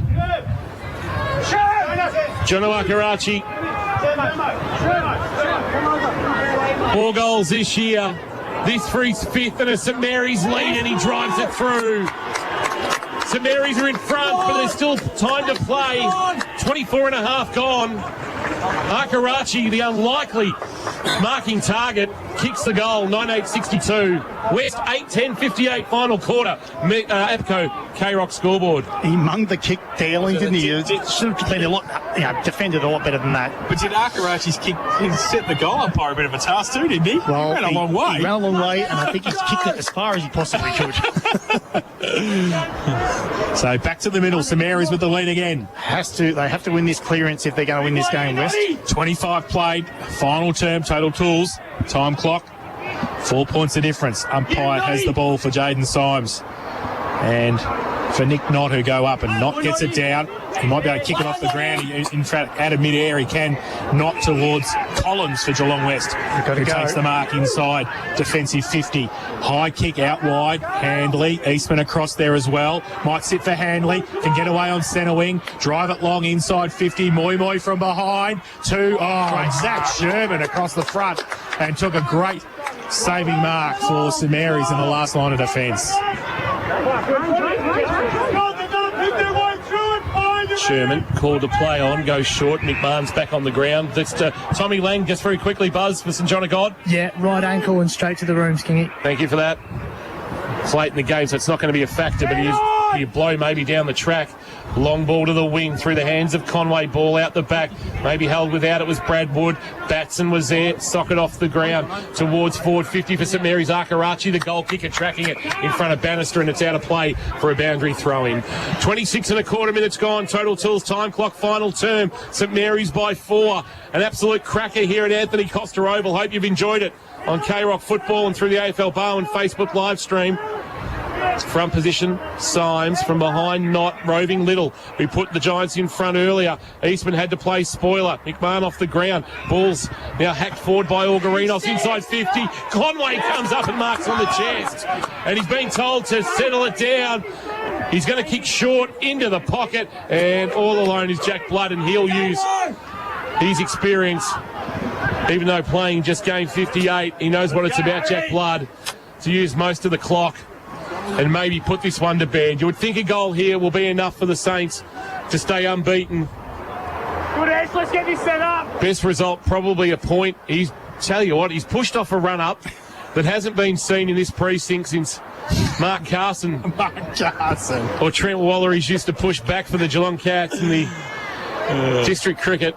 He'll kick from 47. It's an absolute mung floater. Front position, Algarinos couldn't mark. Akarachi across the face has rolled it out of bounds for a boundary throw in.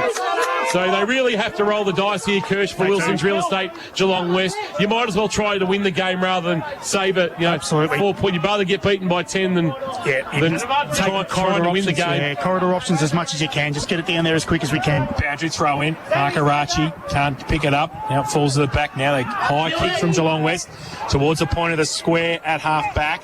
Comes to the front. Shannon to Benson. Back towards the forward pocket. Dowling in the pocket takes the mark.